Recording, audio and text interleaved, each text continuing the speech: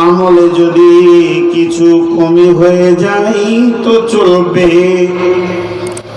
আমলে যদি কিছু কমি হয়ে যায় তাহলে চলে যাবে, বেঁচে যাবেন, অসুবিধা হবে না। কিন্তু ইমানের 1 ইঞ্চি তো দূরের কথা, 1 চুল বারবার কমি করা যাবে না, ইমানের কমি করা যাবে না। ইমান 100-তে 100 লাগবে। আর আমলে আপনার যদি কমি হয়ে যায়, কম বেশি হয়ে যায়, এর জন্যে অসুবিধা হবে না।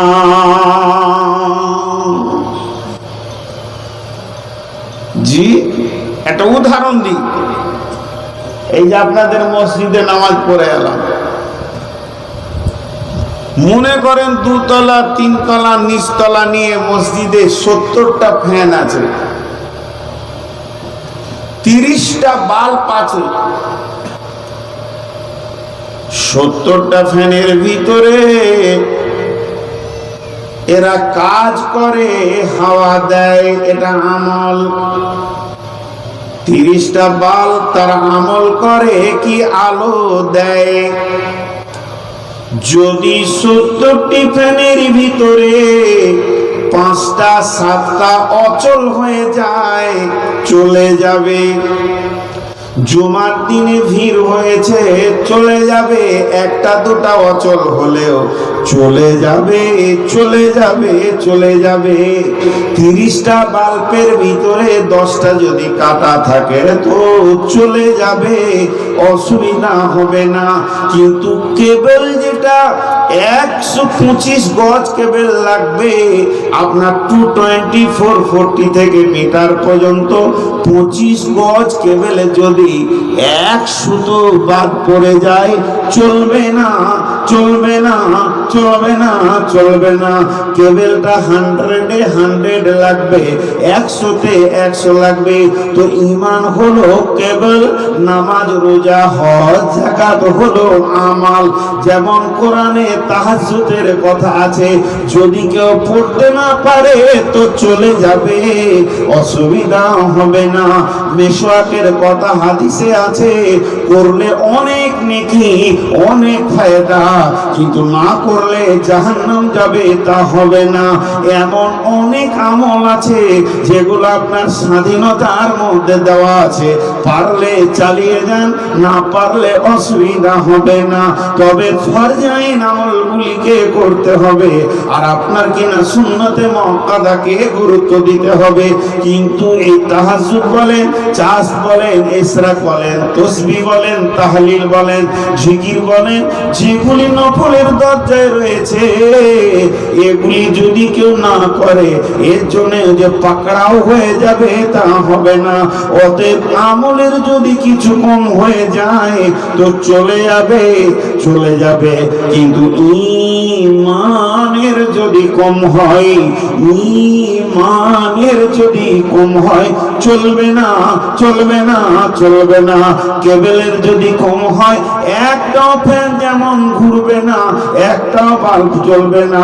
যে বডিটার ভিতরে ঈমান নাই, ওই বডিটার ভিতরে বিদ্যুৎ নাই, ওর একটাও নামাজ হবে না, একটাও রোজা হবে না, একটাও যাকাত হবে না, একটা দান খয়রাত দিতে পারবে না, মদ ছাড়তে পারবে না, জর্দা ছাড়তে পারবে না, গুলগুড়া কুচাতে পারবে না, জুয়া ছাড়তে পারবে না, লুচ্চমু ছাড়তে পারবে না, আর পারবে না পর্দায় থাকতে।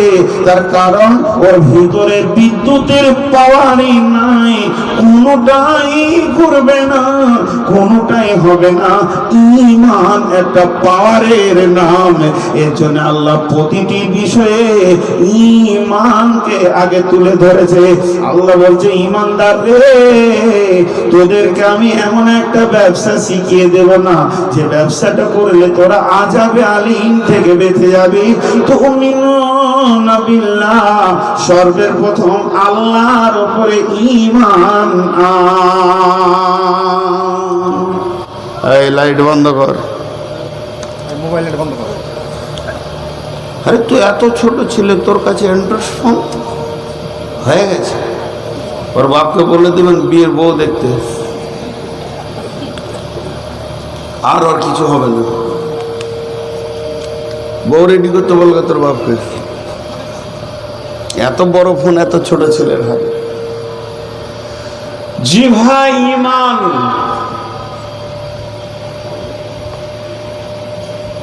একটা জিনিস আবার 3 বার বলবো, গুরুত্বপূর্ণ বিষয় 3 বার বলবো। পৃথিবীর অদ্বিতীয় গুরু, যার ওপরে কোনো শিক্ষক হয়নি, যার ওপরে আর কোনো শিক্ষক কিয়ামত পর্যন্ত হবে না,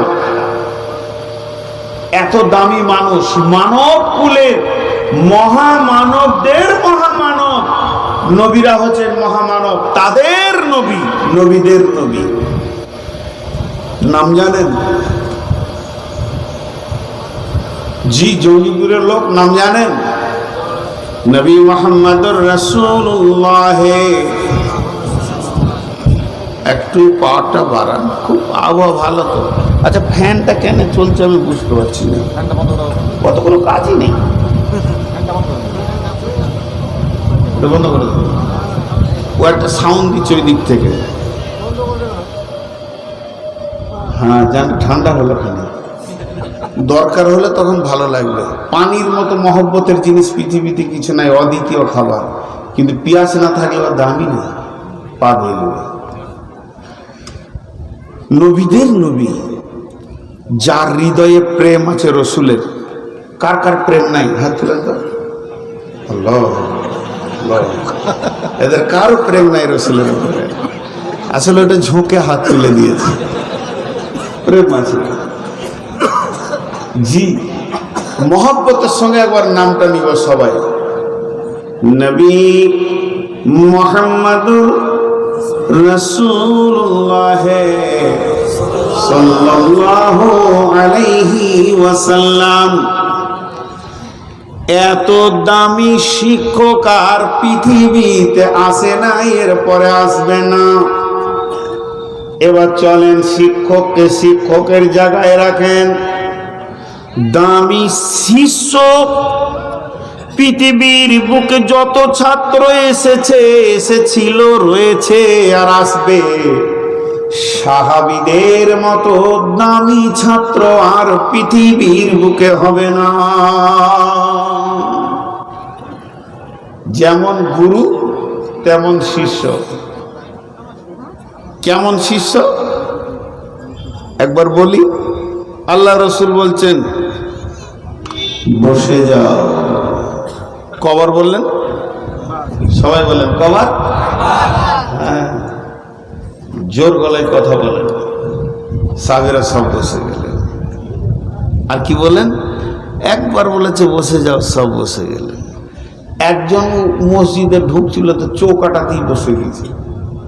খানিক পর একজন এসে ঢুকতে যাবে তো তোকে ওকে বলছি তুই মোটা বুদ্ধি নাকি রে, বাইরে বসে নিলে ভিতরে বসে, মাঝখানে বসলি। তখন উত্তর দিচ্ছে নবীজি বলেছেন বসে যাও, আর হাঁটতে পারবো? আমি এখানেই শুনেছি, এখানেই বসেছি, আমার আর হাঁটার ক্ষমতা নেই। তাহলে কত বড় তাদের মানার সেপথ ছিল। আর আমি খালি বলছি বাপজি হে, বন্ধু হে, ভাই হে, আগে আয়। ও বুড়া হিলুই না। 70 বছরও বেঈমানি করেছে, শেষ বয়ে চুল পাকিয়ে কি আর ইমানদার হবে? হাত ছাড়া হয়ে গেছে। তাহলে আমাদের শিষ্য গুরু কেমন? যে গুরু এখন বক্তব্য রাখছে ও 1 নম্বর বেঈমান, আর যে কটা শুনছে সে কটা 2 নম্বর বেঈমান। আমরা সব কটাই ভেজাল মাল, শ্রোতা বক্তা। এর জন্য আমাদের ইমানের দুর্বলতা। কিন্তু উনি একবার বলেছেন, সাহাবীরা দ্বিতীয় চান্স দেননি। একবার বলেছেন, দ্বিতীয় চান্স দেননি। এইরকম শিষ্য আর ওই রকম গুরু। ইমান শিখতে সময় লেগেছে কতদিন, ইমানটা শুধু শিখতে, ইমানটাকে প্র্যাকটিক্যালে আনতে, ইমানের স্পিরিটটা ভিতরে আনতে, ইমানের পাওয়ারটা আনতে, ইমানের ক্ষমতাটাকে 100-তে 100 পৌঁছাতে সময় লেগেছে 10 থেকে 12 বছর। এত বড় নবীকে সাহাবীদের ভিতরে ইমানের হিট পৌঁছাতে সময় লেগেছে 10 থেকে 12 বছর। তারপরে সমস্ত আমলগুলি এসেছে, তারপরে সমস্ত আমলগুলি এসেছে। ঈমান যতদিন না বলিষ্ঠ জায়গায় পৌঁছেছে অতদিন আমাল ওদের ঘাড়ে চাপানো হয়নি। অতএব বন্ধুরে, শেষবারের মতো বলছি, এটা কত গুরুত্ব ছিল ঈমানের বিষয়টা। আল্লাহ তার নবীকে 10 থেকে 12 বছর দিয়ে তার বান্দাদেরকে এবং রসুলের সাহাবীদেরকে ঈমানের স্তরে পৌঁছিয়ে দিয়েছেন। কতটা স্তরে পৌঁছেছিল একটি ঘটনা থেকেই বুঝে নিবেন তাদের ঈমানের মজবুতি কত ছিল। 10 থেকে 12 বছর খালি ঈমান শিখতে টাইম লেগেছিল। ঈমান শিখার জিনিস। সবাই একবার উত্তর দেন, গরুর বাচ্চা ভেড়া হয়? গরুর বাচ্চা গরু হয়। সবাই তো বলেননি, 3-4 জন বলেছে। ছাগলের বাচ্চা, ভেড়ার বাচ্চা, গাধার বাচ্চা, হেডমাস্টারের বাচ্চা। এখানে বলেছে 4-5 জন যে হেডমাস্টার, মানে হেডমাস্টারের বিবির পেটে যত হবে সব হেডমাস্টার। ও যদি ছাগলও চড়ায় তাও হেডমাস্টার। হিন্দু ভাইদের একটা রীতি আছে, খালি বামনির পেটে হলেই বাস বামন। আমাদের চলবে? সবাইকে মৌলানা বলবেন? 10, 12, 14 বছরের কোর্স শেষ করতে হবে, গোটা কোরআন শেষ করতে হবে, সে শিখতে হাদিস শেষ করতে হবে, তবেই তাকে আলিম বলবেন। আমাকে তো আলিম বলা যাবে না, আমার সে জ্ঞান নেই। আলিম যাকে বলতে হয় ওই স্তর পর্যন্ত আমি নিজেকে বলছি, আল্লাহ আল্লাহর কসম বলছি, আমি পৌঁছাইতে পারিনি। আমাকে একটা কথা বলতে পারেন, আলিমদের জুতো বহাও, তাহলে আমার খানিকটা ইজ্জত বাড়বে আর ওদের জুতোর দাম কমে যাবে। আলিমদের জুতোর দাম কমে যাবে যদি আমার হাতে জুতোটা পড়ে, তো কারণ আমি সে আলিম হতে পারি না। জি, কুল ইয়া আইয়ুহাল কাফিরুনে ভুল হচ্ছে আবার। 2017-তে গেছিলাম উমরা করতে, তো মসজিদে নববীতে একজন মুরব্বী পড়াচ্ছেন কুল ইয়া আইয়ুহাল কাফিরুন, যারা পড়ছে তারা ভার্সিটি সব শিক্ষক। আমাকে বলছে বলো, ওদের সাথে বসলাম, এরকম একটা লাঠি রয়েছে ছোট্ট করে, এমনি করে মাছ চাস্তি করে, 2টো করে চকলেট দিচ্ছে। আমি 2 লাঠি খেলাম, 4টা চকলেট পেলাম। মুরব্বী খুব ভালো। তো সূরা ফাতিহাটা এখনো ক্লিয়ার আমি শিখতে পারিনি। আমি আমার উপরে বিশ্বাস রাখতে পারি না। আমি সন্দেহ করি যে আমি সূরা ফাতিহা ঠিক মতো বলতে পারবো কিনা। তুই আলিম হতে গেলে তাকে কোর্স কমপ্লিট করতে হবে। গরুর বাচ্চা গরু হয়, ভেড়ার বাচ্চা ভেড়া হয়, গাধার বাচ্চা গাধার হয়, হাতির বাচ্চা হাতি হয়, উটের বাচ্চা উট হয়, ছাগলের বাচ্চা ছাগল হয়, ভেড়ার বাচ্চা ভেড়া হয়। কিন্তু হেডমাস্টারের ছেলেকে হেডমাস্টার হতে গেলে মাস্টার্স কোর্স পাস করতে হবে। অন্য স্কুল থেকে 10 বছরের অভিজ্ঞতা নিয়েছে, তারপরে হেডমাস্টারের দরখাস্ত দিতে পারবে যে স্যার আমাকে লিয়া হোক অমুক স্কুলে, আমার এক্সপিরিয়েন্স আছে। তেমনি মুসলমানের বাচ্চা মুসলমান হয় না। মুসলমানের ঘরে জন্ম নিলে শুধু কালেমাটি পড়াতে হয় না, বাকি ওকে পরিপূর্ণ জ্ঞান আসার পর যদি সে ঈমান না আনে, তাহলে তাকে মুসলমানিত্ব থেকে কেটে দিয়ে অন্য লিস্টে নাম দেওয়া হবে। কোরআনে আল্লাহ বলেছেন, ইয়া আইয়ুহাল্লাযীনা আমানু লা তাত্তাখিযু আবাআকুম আবাআকুম ওয়া ইখওয়ানাকুম আউলিয়া ইন ইস্তাহাব্বুল কুফরা আলাল ঈমানি ওয়া মান ইয়াতাওয়াল্লাহুম মিনকুম ফাউলাইকা হুমুদ যালিমুন। আপনাকে বলেছেন, আমাকে বলেছেন, মুসলিমকে বলেছেন, আল্লাহ তার গোলামকে বলেছেন, হে ঈমানদারের দল, তোমরা ঈমান আনার পর কামিল মুমিন হয়ে যাওয়ার পর যদি তোমার ভাই এবং তোমার বাপের সঙ্গে বন্ধুত্ব রেখে দাও, লা তাত্তাখিযু আবাআকুম ওয়া ইখওয়ানাকুম, তাদের সঙ্গে সম্পর্ক রাখতে পাবে না, বাপের সঙ্গে সম্পর্ক থাকবে না, বাপের সঙ্গে কথা থাকবে না, বাপকে দেখতে পাবে না, বাপের কোনো উপকার করতে পারবে না, তুমি ভাইয়ের সঙ্গে সম্পর্ক থাকবে না, ভাইয়ের সঙ্গে কোনো আত্মীয়তা থাকবে না। কেন কেন? ওই বাপ ভাই যদি দিনের বিরুদ্ধে চলে যায় আর তুমি যদি ইমানদার হও, তারা যদি নাস্তিক হয়, তারা যদি কাফের হয়, তারা যদি বেঈমান হয়, তারা যদি মুনাফিক হয়, প্রকাশ্যে যদি তারা শিরকে নেমে যায়, এদের সঙ্গে তোমার সম্পর্ক থাকবে না। এরপরেও যদি তুমি ওদের সঙ্গে চলাফেরা করো, ওমাইয়া তাওয়াল্লাহুম মিনকুম, তারা শিরক ছাড়লো না, তারা কুফরি ছাড়লো না, তারপরও তাদের সঙ্গে যদি তুমি আত্মীয়তার বন্ধনকে অটল রেখে দাও, ফাউলাইকা হুমুদ যালিমুন। আমার আল্লাহ বলছেন, জালেমের লিস্টে তোর নামটা লিখে দিব, মুমিনের লিস্টে তোর নাম কাটা যাবে। হযরত নূহ আলাইহিস সালামকে আল্লাহ হুমকি দিয়ে বলেছিলেন, এ নূহ লাইসা মিন আহলিকা ইয়া নূহ রে, ওটা তোর বেটা নয়। কেন? তোর কালেমা ওর কালেমা আলাদা হয়ে গেছে। যদি ও তোর কালেমার ভিতরের মাল হতো তাহলে তোর বেটা হতো। তোর কালেমা হচ্ছে আল্লাহর দিকে, ওর কালেমা হচ্ছে আল্লাহর বিরুদ্ধে, অতএব তাকে আহাল বলতে পাবি না। অথচ নূহের রক্তে, নূহের রক্তে, নূহের শুক্রাণুতে, নূহের বীর্যে কেনান জন্ম নিল, তারপরও আল্লাহ বলছে এটা তোর বেটা নয়। কারণ মুসলমানদের একটাই বন্ধন, মুসলমানদের একটাই পিন, মুসলমানদের একটাই সুতো, মুসলমানদের একটা রশি, কালেমা। আশহাদু আল্লাহ, জোরে বলেন আশহাদু আল্লাহ, সকলে জোরে বলেন আশহাদু আল্লাহ ইলাহা ইল্লাল্লাহ ওয়া আশহাদু আন্না মুহাম্মাদান আবদুহু ওয়া রাসূলুহু। এই সুতোটার কত ক্ষমতা! বিশ্বনবী বলেছেন, কুল্লু মুসলিমিন ইখওয়ান। পাকিস্তানের মুসলমান, আমেরিকার মুসলমান, ইংল্যান্ডের মুসলমান, জাপানের মুসলমান, সে আমার ভাই, সে আমার ভাই।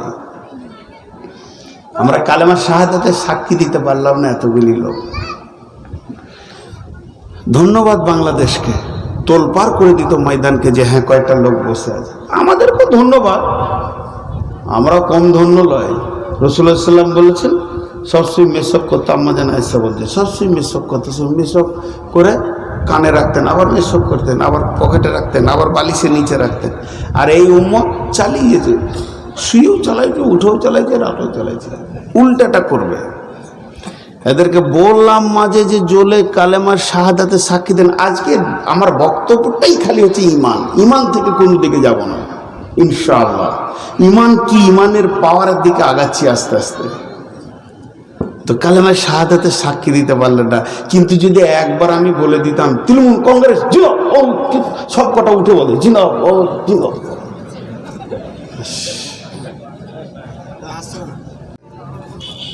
ভোট দিবে কোনখানে? কুকুর চিহ্নের মধ্যে। মুসলমান শেষ হয়ে গেছে। এক শিকারী জঙ্গলে গেছিল শিকার করতে, হরিণ।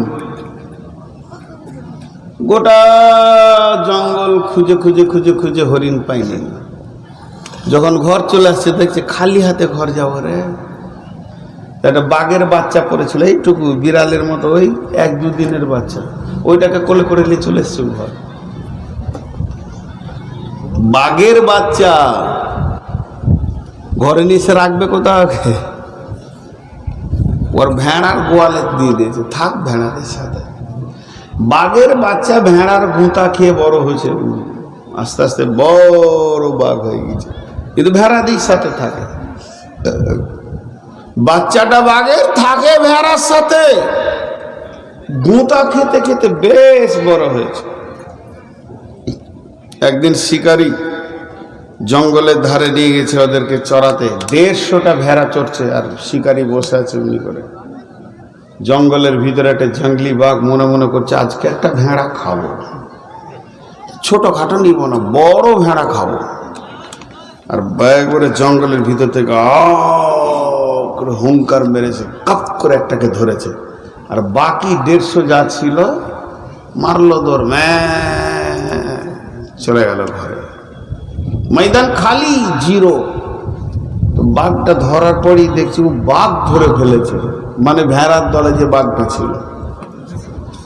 এর মাথার কাজ করছে না, ভেড়ার দলে বাঘের বাচ্চা, অঙ্কতে মিলছে না, মিলাইতেই পারছে না। তো আছিস কি করে ওদের ভিতরে? আমি একটা হুঙ্কার মেরেছি, 150 ভেড়া ময়দান খালি হয়ে গেছে, আর তুই তাদের ভিতরে আছিস। ওকে নদীর ধারে নিয়ে গেছে, আয়না ড্রেসিং টেবিল তো আর নাই, নদীর ধারে নিয়ে গিয়ে পানিতে বলছে দেখ তোর দাঁত আমার দাঁত এক, এনিকার হ্যাঁ করছে। তোর গোপ আছে, আমারও গোপ আছে, আছে। তোর খুঁড় নাই, পায়ে থাবা আছে, আমার আছে বলে আছে। তোর গায়ে দাগ আছে চাকা চাকা, আমারও দাগ আছে, আছে। তুই আমার মতো বলতো একবার, বল একবার, বল। ও তখন বলছে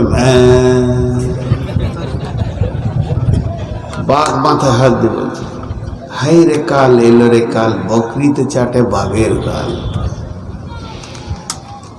হাই রে ভেড়া, ও বাঘের বাচ্চা, তোমার পরিবেশ তো ভেড়ার গোয়াল নয়, তোমার পরিবেশ ছিল জঙ্গল। তুমি যদি জঙ্গলে আজকে থাকতে, ওই পরিবেশে যদি মানুষ হতে, আজকে তোমার হুঙ্কারে এরা ময়দান ছেড়ে দিত। কিন্তু তুমি ভেড়ার সঙ্গে থেকে থেকে তোমার সত্তাকে হারিয়েছো, তোমার ইমানকে হারিয়েছো, তোমার ভিতরের বস্তু শেষ হয়ে গেছে। এখন তুমি ভেড়া হয়ে গেছো, তোমার আর সমাজে কোনো মূল্য নাই। আজকের মুসলমান একটা উমর, একটা আলী, রোম সম্রাটকে হিলিয়ে দিল, পেচ্ছাপ করিয়ে দিল। সেই বংশেরই ছেলে, সেই রক্তেরই ছেলে আমরা, সেই বীর্যের ছেলে। আর মাত্র 30 থেকে 28 থেকে 29 পর্যন্ত যদি আমাদের পূর্বপুরুষের সিরিয়াল গোনা যায়, তো দেখা যাবে আমরা আলীর বংশের ছেলে, আমরা উমারের বংশের ছেলে, আমরা হানজালা আমির হামজার বংশের ছেলে। তারা ছিল বাঘ, ওহুদে নেমেছে, বদরে নেমেছে, কাঁপিয়ে দিয়েছে, বিজয়ী পতাকা তুলেছে, হুদাইবিয়া সন্ধিতে বিজয়ী এনেছে, তাদের বিজয়ী ছিল তার ভিতরে গোপনে। তারা কয়েছে কিন্তু মুতাতে বিজয়ী এনেছে, তারা এনেছে বিজয়ী আপনার কিনা হুদাইবিয়াতে বিজয়ী, খন্দকে বিজয়ী এনেছে। সেই বংশেরই ছেলে আজকে আমরা পরিবেশচ্যুত হয়ে গেছি। থাকার কথা ছিল মসজিদেতে, বসে বসে জীবন কাটাচ্ছি চায়ের দোকানে আর তৃণমূল অফিসে।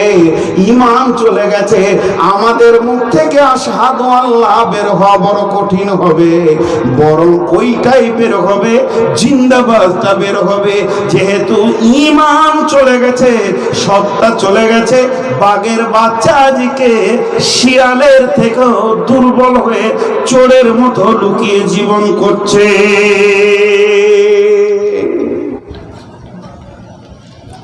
রোম সম্রাট 1.5 লক্ষ এনেছে। ইমান কাকে বলে দেখেন, রোম সম্রাট 1.5 লক্ষ সৈন্য এনেছে, আর বিশ্ব নবী মুজাহিদ নিয়ে গেছেন 10,000। 10,000 জি,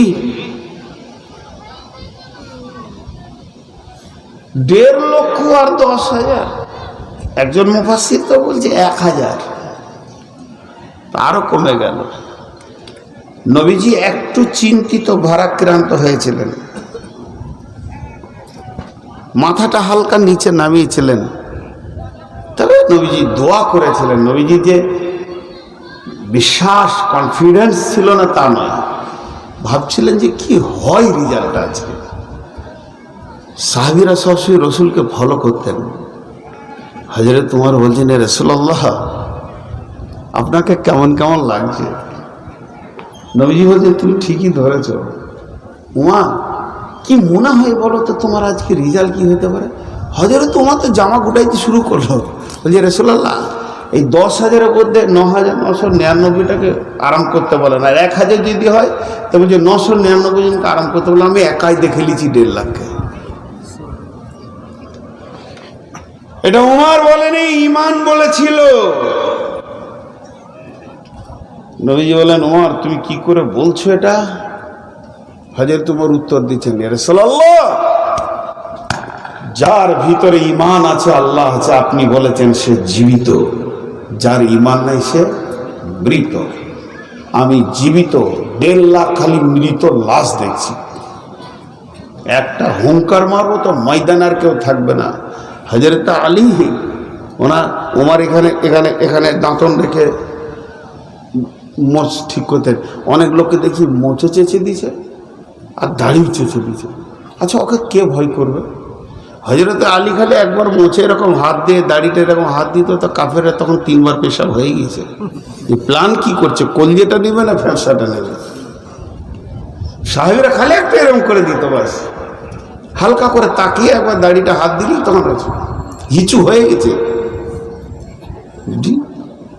অবাক লাগে দাড়ি চাচাদেরকে নিয়ে। দাড়ি মোচ দুটো একসঙ্গে চেঁচে দিলে কে ভাই কে ভাবি বোঝা খুব মুশকিল হয়ে যাবে। এরা এটা কি সভ্য মনে করে নিয়েছে? ভাইরা আমার, ঈমান, আল্লাহ বলছেন, তুমিনুনা বিল্লাহি ওয়া রাসূলিহি, হে ঈমানদারেরা, তোমাদেরকে কি এমন একটি ব্যবসা আমি শিখিয়ে দেব না, যে ব্যবসাটা করলে তোমরা আযাবে আলিম থেকে বেঁচে যাবে? সেই ব্যবসাটা হচ্ছে তুমিনুনা বিল্লাহি, আল্লাহর উপর ঈমান আনো, ওয়া রাসূলিহি, এবং তার রাসূলের উপর ঈমান আনো। সকলে জোরে একবার বলেন, আশহাদু আল্লাহ, জোরে ময়দান কাঁপানোর মতো, আশহাদু আল্লাহ ইলাহা ইল্লাল্লাহ ওয়া আশহাদু আন্না মুহাম্মাদান আবদুহু ওয়া রাসূলুহু। নারে তাকবীর! আজও মুসলমান জিন্দা, আজও মুসলমান জিন্দা। হাজি ভাই, ইমানদার এদেরকে এমনি বলেছে, এদের মাথা থেকে পা পর্যন্ত হিট হয়ে আছে। একটা যুবক আমাকে ফোন করে বলছে, হুজুর, খুশিতে দিলটা মনে হচ্ছে টাও হয়ে গেল, আর রাখতে পারছি না খুশি। তোর কেন খুশি রে? দিল্লিতে আছে। বলছে কবে লাগবে, খালি অপেক্ষা করছি। দিন রাত শুনলাম উহুদ আর বদর আর খন্দক, দেখতে পেলাম না, এবার দেখবো, এবার নামবো, হানজালা হব। কি ইমান বলেন? হানজালা হব, জাবের হব, জুবাইর হব, আমর বিন জমু হব, পিছপা হব না। অনেকদিন খালি শুনিয়ে এলাম, এবার দেখব উহুদ কাকে বলে, বদর কাকে বলে, খন্দক কাকে বলে। এরা মনে মনে ভাজি মেরে দিলে রে, কোথায় লুকুবো রে, তো তৃণমূলকে ধরি, যা মমতা শাড়িটাকে ধরকা টিপে যদি মাছিস তা বাঁচবি। কোথায় যেতে হয় জানেন? আরে ইমানদার হলে যদি শহীদ না, শহীদটা তো হতে হবে রে বাবা, শহীদটা তো হতে হবে। তাহলে কি করে হবে? অত বড় বড় সাহাবী, উমারের মতো সাহাবী শহীদ হলো, তাহলে কি ওর গুনাহ ছিল নাকি? মেরে দিলে গুনাহ থাকে নাকি? পাগলা বুঝে না। শহীদের একটা দরজা আছে, জান্নাত থেকে আসতে কেউ চায় না, ঢুকে গেলে খালি শহীদরা চায়। আল্লাহ এরকম জান 100টা দাও, 100 বার দেবো, এত ভালো লাগছে। জি ভাই, বোঝে না একটা মানুষ, খালি ফালতু ফালতু চিন্তা করে। আচ্ছা, এখন একটা সুসংবাদ শোনাই আপনাদেরকে। এই সুসংবাদে যে অংশগ্রহণ করবেন সে হাত তুলবেন, কিন্তু আপনাদেরকে আমি বলছি সুসংবাদ, সুসংবাদ, সুসংবাদ। 3 বার দিলাম, আবার বলছি সংবাদটা শোনাই, তারপর হাত তুলবেন। এখন থেকে হাত তুলেন না, পঞ্চায়েতে গম পাবেন নাকি? মাথা খারাপ হয়ে যায়। সুসংবাদ, সুসংবাদ, সুসংবাদ। কে নিতে চান স্টেজে চলে আসেন, তাকে কেটে 3 পিস করা হবে। কে নেবেন হাত তুলেন, এখানে এলি 3 পিস হবে, 3 পিস। জি, এবার চলেন। পৃথিবীর মানুষ উল্টা কাজ করে, মত থেকে বাঁচার যত চেষ্টা করে, জাহান্নাম থেকে বাঁচার অত চেষ্টা করে না। অথচ চেষ্টা করলে জাহান্নাম থেকে বাঁচা সম্ভব, কিন্তু 1000 চেষ্টা করলেও মত থেকে বাঁচা সম্ভব নয়। তাহলে শুনে নেন, আমারও অভ্যাস তাই, আপনারও অভ্যাস তাই যে কোন রকম যেন মদ থেকে বেঁচে যায়। পেটে লাগছে, ডাক্তারখানা যাব, ভেলোর যাব, ব্যাঙ্গালোর যাব, দৌড়ছি। কেন না আমি মদ থেকে বেঁচে যাই? এমন একটা মানুষ দেখা যাবে না সে সজ্ঞানে জ্ঞান বশত চেতনায় অন্ধের ভিতরে লয় ধীর গতিতে মতের দিকে আগিয়ে গেছে।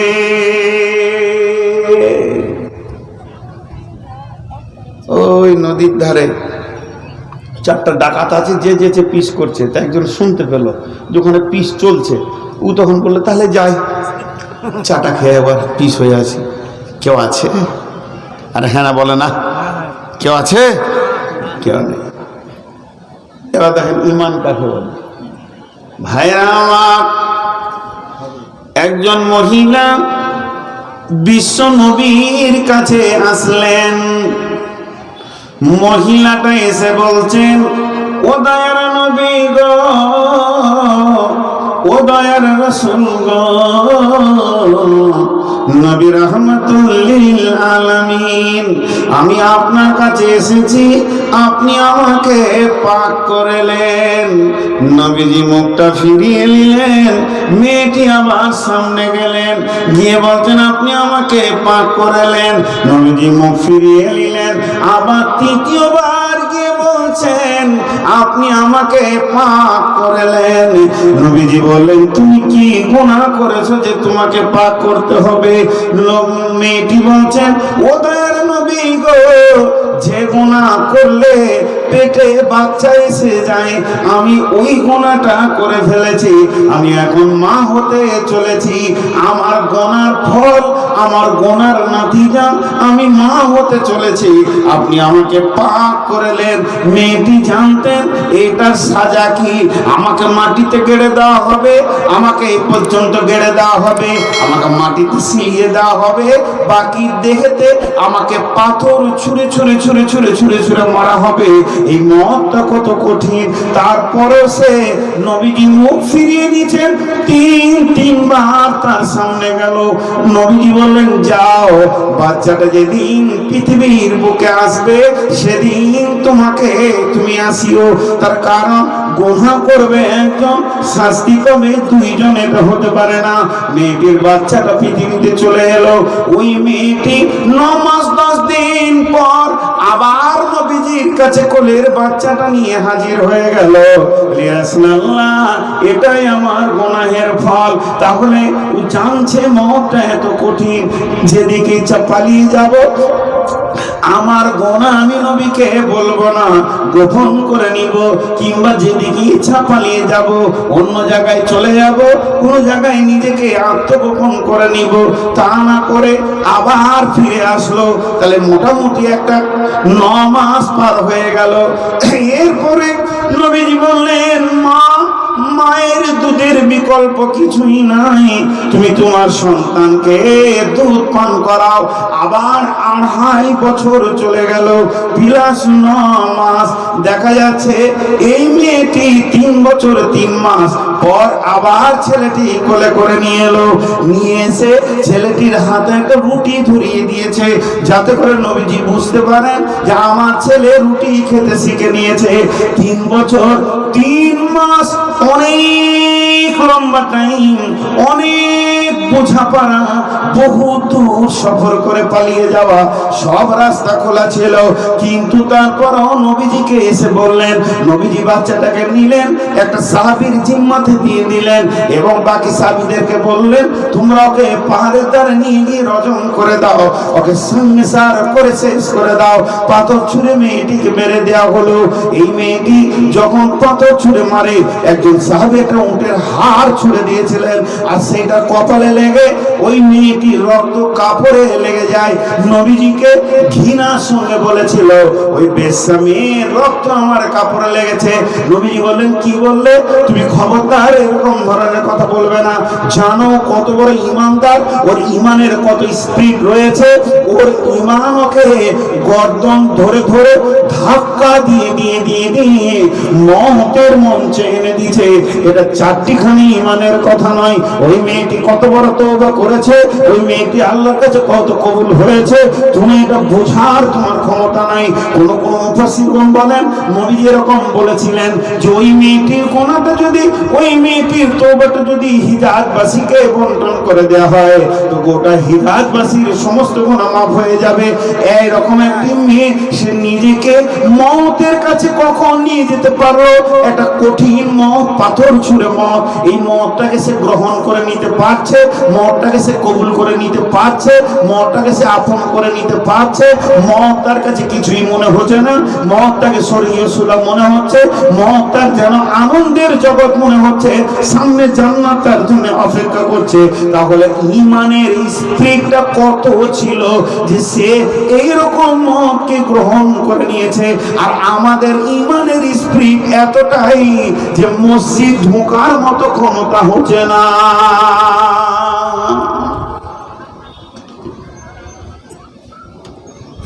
আমাদের ঈমানের স্পিড কতটা?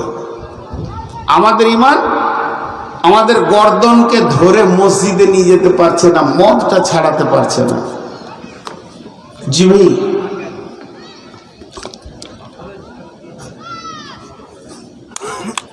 কে কি বলছে?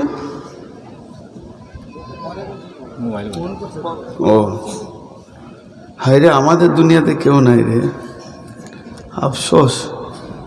সব আত্মীয়দের সঙ্গে সম্পর্ক ছেড়ে এত রাতে খোঁজলি চা, কত ভালোবাসে বিবি। ভাবছে খেলে কি খেলে না, কোথায় যে বসে আছে। সবারই বিবি খালি ভাবে যে আমার স্বামীটাই হলো পাগলা, বাকি সবারই স্বামী ভালো। আর মেয়ে পুরুষরা ভাবে লোকের বউ ভালো, আমার বউটাই খেবে। এই নিয়ে চলছে দুনিয়া, চলছে।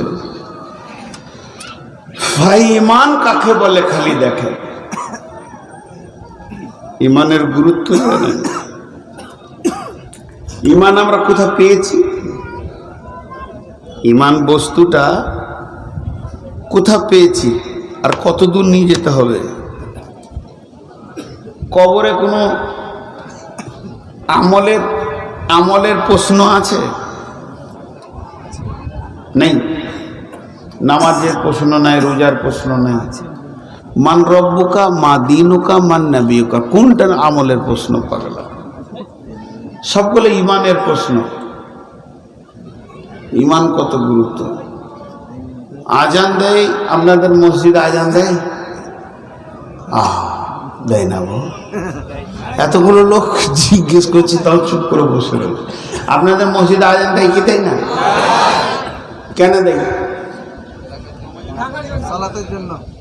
হ্যাঁ, কে কে বলছেন সালাতের জন্য দেয়? হাত তুলেন। আচ্ছা, মাশাআল্লাহ, হাত নামান, ঠিকই বলেছেন। আর যে কটা হাত তুলেন ওটা কোন গ্রুপের মাল? ওরা দেখছেন নামাজি বলি না, তবে হাত তুলে কি করবে? ভেজাল হয়ে যাবো কোথায়? আরে ভাই, আপনারা হাত তুললেন না কেন? হাত তুললে মনে হচ্ছে যে ও একটা মানে বেশ অ্যাসকেট ফ্যামিলির লোক, তো ইজ্জতটা চলে যাবে। হাত আবার তুলে, হাত তোলাটা সাহাবীদের সুন্নত। বিশ্বনবী যখন কোনো কথা বলতেন, সাহাবীরা কখনো দু হাত তুলতেন, বেশিরভাগ এক হাত তুলতেন, তো এরকম মুঠো বেঁধে নিতেন, কখনো কখনো এরকম, ইয়া রাসূলুল্লাহ আমি হাজির আছি। হ্যাঁ, তো এগুলো বুঝতে হয়। যারা হাত তুললেন তারা আমার জন্য নয়, আল্লাহর জন্য। আর আল্লাহ এগুলো রেকর্ডিং করেন। এগুলো কিয়ামতের মাঠে উঠবে। এই সমর্থনগুলোর জন্য আপনি নেকি পাবেন। তাহলে আপনাদের গ্রামে আজান হয় কিসের জন্য? সালাতের জন্য। অঙ্ক করেন, খাতা কলম নেন, টোটাল কবার ডাকা হয়? একটা আজানে কতবার তাকবীর হয়? একটা আজানে 12 বার। কবার হয়? আল্লাহু আকবার, আল্লাহু আকবার। 2 বার। আশহাদু আল্লা ইলাহা ইল্লাল্লাহ 2 বার। আশহাদু আন্না মুহাম্মাদুর রাসূলুল্লাহ 2 বার। হাইয়া আলাস সালাহ 2 বার। হাইয়া আলাল ফালাহ 2 বার। 5 দুগুণে 10। একবার আল্লাহু আকবার, একবার লা ইলাহা ইল্লাল্লাহ। কয়বার হলো? 12 বারের মধ্যে 2 বার সালাতের কথা বলে, হাইয়া আলাস সালাহ। এটা বাংলা হচ্ছে এসো তোমরা নামাজের দিকে এসো। যদি ওই আযানটা বাংলায় দেওয়া হয় হাইয়া আলাস সালাহ পরিবর্তে এসো এসো তোমরা সালাতের দিকে এসো, নামাজের দিকে এসো। কয়বার হলো? 2 বার। তাহলে 12 থেকে 2 বাদ গেলে থাকে কয়বার? 10। 2 বার ফজিলত বর্ণনা করা হয়, লাভটা সেটা কি? হাইয়া আলাল ফালাহ। এটা যদি বাংলায় বলা হয় এসো এসো গো তোমরা সফলতার দিকে এসো, এখানে সফলতা লুকিয়ে রয়েছে। সফলতা যে দিতে পারে সেই মালিক আমাকে ডাকতে বলেছে। আমি মালিকের গোলাম, তোমাদেরকে ডেকে দিচ্ছি। পৃথিবীর কোন নেতা মন্ত্রীর কাছে যাওয়ার প্রয়োজন হবে না। তোমাদের অসফলতা চলছে, এটা শুধু আখিরাতে নয়, এটা দুনিয়াতে, এটা কবরেতে, এটা পুলসেরাতেতে, এটা হাসরেতে, এটা কিয়ামতেতে, এটা জাহান্নাম থেকে জান্নাতে পৌঁছানো পর্যন্ত, এই দুনিয়া থেকে নিয়ে একদম জান্নাত পৌঁছানোর পর্যন্ত যত বিপদ আছে সেগুলো থেকে যদি তুমি সফলতা নিতে চাও, তাহলে সফলতার দিকে তোমরা এগিয়ে এসো। এসো তোমরা সফলতার দিকে এসো। কয়বার? জোরে বলেন কয়বার? 2 বার 2 বার 4 বার হয়ে গেল। থাকে কয়বার? 8 বারটা কিসের দাওয়াত? ইমানের। তাহলে ইমানের গুরুত্ব আজানে বেশি রয়েছে। আল্লাহু আকবার, আল্লাহু আকবার। এখানে একজন মাস্টার স্কুলে আছে, সে ছেলেদেরকে লেখাপড়া শিখাচ্ছে। ওখানে একজন ব্যবসাদার দোকানে আছে, খরিদ্দারের সঙ্গে লেনদেন করছে। এখানে একজন কাপড়ের দোকানি মিটারে কাপড় মারছে। এখানে একজন সবজিওয়ালা সবজি বিক্রি করছে। লিচুওয়ালা গাছে উঠে লিচু ভাঙছে। আমওয়ালা আমকে স্প্রে করছে। আর জমি চাষ দেনেওয়ালা চাষি চাষ দিচ্ছে। বিভিন্ন রকম রুজির মার্কেট চলছে। আল্লাহ বলছেন ফাইদা কুদিয়াতিস সালাতু ফান্তাসিরু ফিল আরদি ওয়াবতাগু মিন ফাদলিল্লাহি ওয়াযকুরুল্লাহা কাসীরা ওয়াযকুরুল্লাহা কাসীরা। বেশি বেশি করে তুমি আল্লাহর জিকির করো রুজি তল্লাশের সময়। তার কারণ ওই সময়তে শয়তান একটা তোমার ঈমানের লিক করবে। তোমার ঈমানটা সেই লিক দিয়ে বেরিয়ে যেতে পারে। রুজির সময় বেশি শয়তান ধরবে। ব্যবসাদার দাঁড়ি ধরে যদি মনে করে এই রুজি আমাকে খেতে দেয়, ব্যবসা লিক হয়ে গেল। চাকরি আমাকে খেতে দেয়, লিক হয়ে গেল। চাষি যদি মনে করে জমি আমাকে খেতে দেয়, লিক হয়ে গেল। কাপড়ের দোকানি যদি মনে করে বিজনেস আমাকে খেতে দেয়, লিক হয়ে গেল। আল্লাহ বলছে রুজি তল্লাশের সময় বেশি বেশি করে আমাকে স্মরণ করো। খবরদার তোমার ইমানে লিক হতে দিও না, কারণ এরা তোমাকে কেউ খেতে দেবে না, খেতে দিব আমি আল্লাহ, রুজির মালিক আল্লাহ। একজন কাপড়ের ব্যবসা করে দেউলিয়া হয়ে গেল, আর একজন কাপড়ের ব্যবসা করে কোটিপতি হয়ে গেল। একজন ধানের ব্যবসা করে দেউলিয়া হয়ে গেল, ঋণ করে কাপড় পরার ক্ষমতা নাই, আর একজন ধানের ব্যবসা করে কোটিপতি হয়ে গেল। একজন চাকরি করে সুখের জীবন কাটাচ্ছে, আর একজন চাকরি পাওয়ার পরও গলায় দড়ি নিয়ে বিশ্বভারতীর প্রফেসর রেলে মাথা দিয়ে মরছে। শান্তি চাকরিতে নাই, শান্তি রাজনীতিতে নাই, শান্তি চাষে নাই, শান্তি রুজি কোনো জায়গায় নাই। আমার হাতে আছে ওয়াজকুরুল্লাহ কাসীরা, তোমরা রুজি তল্লাশে আল্লাহকে বেশি করে ধরো। এখন সবাই আজ শুরু হয়ে গেছে, নিজের কাজে লেগে গেছে। এমন সময় আল্লাহ বলছে, হে মুয়াজ্জিন, আর তুই বসে থাকিস না, যারা মগ্ন হয়ে রয়েছে আমার কাছে আসার একবার টাইম হয়ে গেছে, এখন জোহর হয়ে গেছে, তুই ডেকে দে। মুয়াজ্জিন বলছে, আল্লাহ আমি কেমন করে ডাকবো? বলে ওদেরকে আমি বড়, এটা প্রথমেই বল, আল্লাহ বড়, আল্লাহ বড়, আল্লাহ বড়, আল্লাহ বড়। এরপরে বলছে, দেখ ওরা ওই ময়দান থেকে বেরিয়ে এলো কিনা। এখনো পর্যন্ত আমরা সেই রুজি রুটির ভিতরে লুকিয়ে রয়েছি। মুয়াজ্জিনকে বলছে, মুয়াজ্জিন তুই একবার সাক্ষীটা দে। তখন মুয়াজ্জিন বলছে, আমি সাক্ষী দিয়েছি আল্লাহ ছাড়া কোনো মাবুদ নাই। এটাকে এরকম তর্জমা করতে করতে গড়িয়ে নিয়ে চলে যান। আমি সাক্ষী দিয়েছি, হে চাকরিজীবী, ব্যবসা করনেওয়ালা, চাষ, আল্লাহ ছাড়া রুজি দেনেওয়ালা কেউ নাই। আমি সাক্ষী দিয়েছি, আয় তোরা ওগুলোকে ফেলে দিয়ে আই, তোকে যে শান্তি দেবে, রুজি দেবে, সে তো আল্লাহ। এবার আমরা মসজিদের দিকে যেতে শুরু করলাম, যে কজনই যেছি, আর যারা গেল না তাদের কথা মাইনাস রেখে দেন এখান থেকে। এবার মসজিদের দিকে যেতে শুরু করেছি। আল্লাহ বলছে, মুয়াজ্জিন তুই বলে দে ওরা কেমন করে আসবে, শাফির মতো আসবে, না হাম্বলির মতো আসবে, না আবু হানিফার মতো আসবে, কার মতো করে মসজিদে ঢুকবে, ওদেরকে বলে দে। আইডিয়ালটা হবে নবী মুহাম্মদ মুস্তাফা সাল্লাল্লাহু আলাইহি সাল্লামের মতো, আশহাদু আন্না মুহাম্মাদার রাসূলুল্লাহ। এর তর্জমা হচ্ছে, আমি আরো সাক্ষী দিচ্ছি নবী মুহাম্মদ সাল্লাল্লাহু আলাইহি সাল্লাম আল্লাহর প্রেরিত রাসূল। তোমরা যে নামাজ পড়তে আসছো, তোমাদের উজুটা হবে নবী মুহাম্মদের মতো, তোমাদের রুকু হবে নবী মুহাম্মদের মতো, তোমাদের কিয়াম হবে নবী মুহাম্মদের মতো, তোমাদের সাজদা হবে নবী মুহাম্মদের মতো, তোমরা তাহরিমা বাঁধবে নবী মুহাম্মদের মতো, তবেই তোমরা সফল কাম পাবে। অন্য কারো আইডিয়াল এই মসজিদে চলবে না, কোন নেতার কথা চলবে না। তৃণমূল কংগ্রেস আর বিজেপি আর এসপি সিআই সিপিএম যা আছো, সমাজের মধ্যে আছো, মসজিদে এসে নিয়ে একটা নেতাকে মেনে তোমাকে নামাজটা শেষ করতে হবে।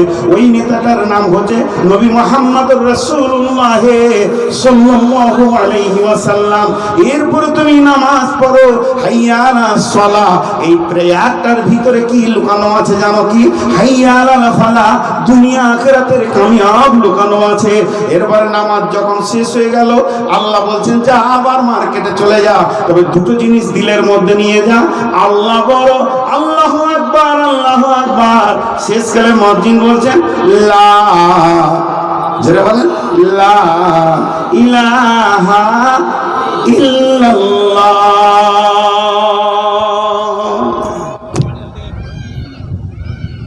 পৃথিবীতে ইসলামকে বাঁচানোর জন্য যত তবলিগের কাজ চলছে, তবলিগ, চিল্লা জামাত, দাওয়াতে তবলিগ, জমিয়ত, যুব জমিয়ত, পত্রিকা লেখা, হাদিস, মুহাদ্দিস, তরজমান, বিভিন্ন শ্রেণীর দিক থেকে ইসলামকে বাঁচানোর জন্য যারা দিল থেকে তুলে ধরেছে, সহি জয়ীফের কথা আমি বলছি না, আল্লাহ মাফ করুন, কে কিভাবে আছে না আছে বড় বড় আলেমরা বুঝবে, আমি ফতোয়া দিতেও পারি না, আমি সেদিকে যাই না।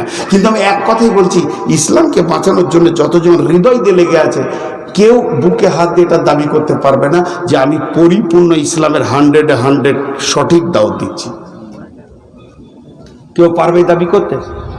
যারা বলেন পারবে, একজন পারবে, সেটা হচ্ছে মুয়াজ্জিন। রাসূলুল্লাহ সাল্লাল্লাহু আলাইহি ওয়াসাল্লাম মোহর মেরে দিয়েছেন, মুয়াজ্জিন যেটা দাওয়াত দেয় এটাই সলিড 100%। কি বলেছেন রাসূল?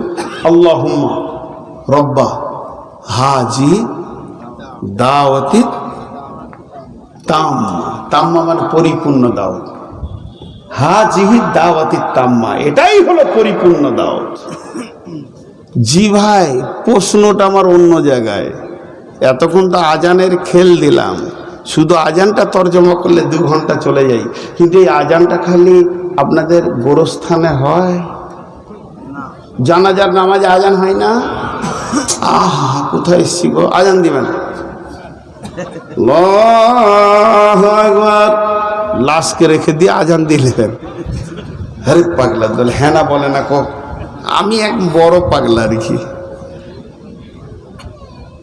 আল্লাহ, খুব ভালো লাগছে আপনাদেরকে দেখে। ফাঁকায় যে তিরপল দেননি, আরে ভালো।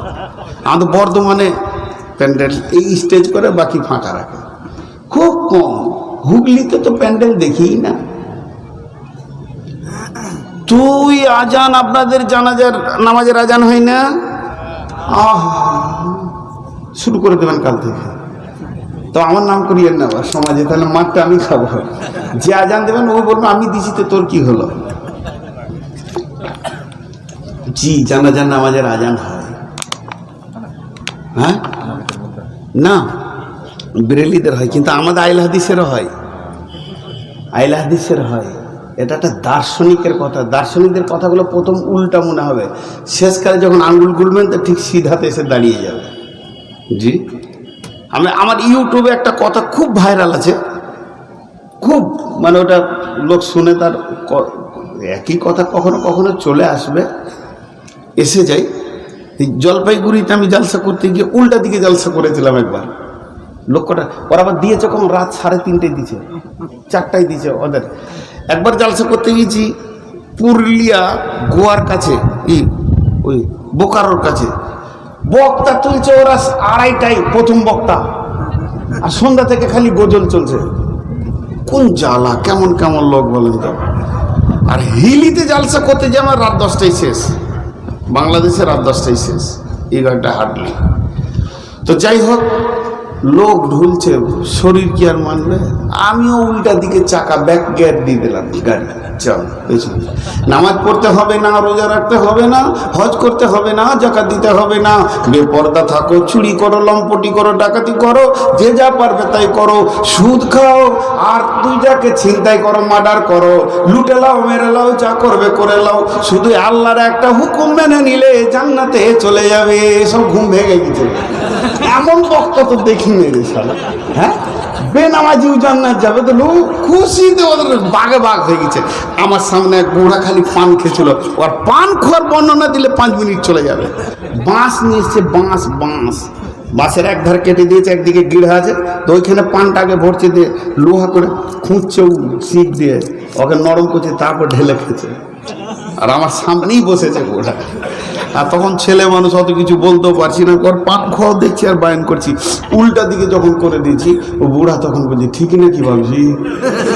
ও দেখছি এর থেকে আসান রাস্তার পৃথিবীতে নেই, যা পারবে করো, লুটে লাও, খালি আল্লাহর একটা হুকুম মানলেই জান্নাত। আল্লাহ ঠাট্টা করবেন মুমিনদেরকে কিয়ামতের মাঠে, আর জান্নাতে দেবেন। ঠাট্টা করবেন না, জান্নাতে দেবেন। বেঈমানদেরকেও ঠাট্টা করে জাহান্নামে দেবেন। বেঈমানদেরকে আল্লাহ বলবে, আমি একটা আমল বলছি কর, যে করবি কিয়ামতের মাঠে বেঁচে যাবি, সারা জীবন যা করেছিস সব মাপ। বলবো কি করতে পারলা? বলেন এখনই করে দিছি। ওরা ভাবতে করে দেবো। বলবে জয়ে কিংবা গোমে গিড়া লাগা হবে। আল্লাহ একটা ছুঁচের দেবো, হাতটাই এলি জামাল ফিসামিল খেয়ার, তোদের জন্য জান্নাতের দরজা খুলে দেবো, একটা আমল করতে পারবি? হ্যাঁ জি বলে দেন, তাড়াতাড়ি করে দেবো এখনই। বলছে ছুঁচের ছিদ্র দিয়ে উঠ পার করে দেয়। আল্লাহ এদেরকে কবু করবে সেদিন। জি, তখন ওই মুরব্বী বলছে তাই নাকি জি? হ্যাঁ তাই। ওকে উল্টাটা সোজা মনে হচ্ছে, কিন্তু আমি দেখছি যে এটাই সোজা হবে। তখন বলছে কোথায় আছে ভাবছি, কোরআনে গো। তখন তো আরো অবাক হয়ে গেল, সালা সহি জয়ীবের ব্যাপার নেই, কোরআন আছে বলছে। কোন সূরাত? বলে সূরা রহমানে। একটা একুরেটি তরজমাটা নয়, কিন্তু বলতে চাইছে ওইটা।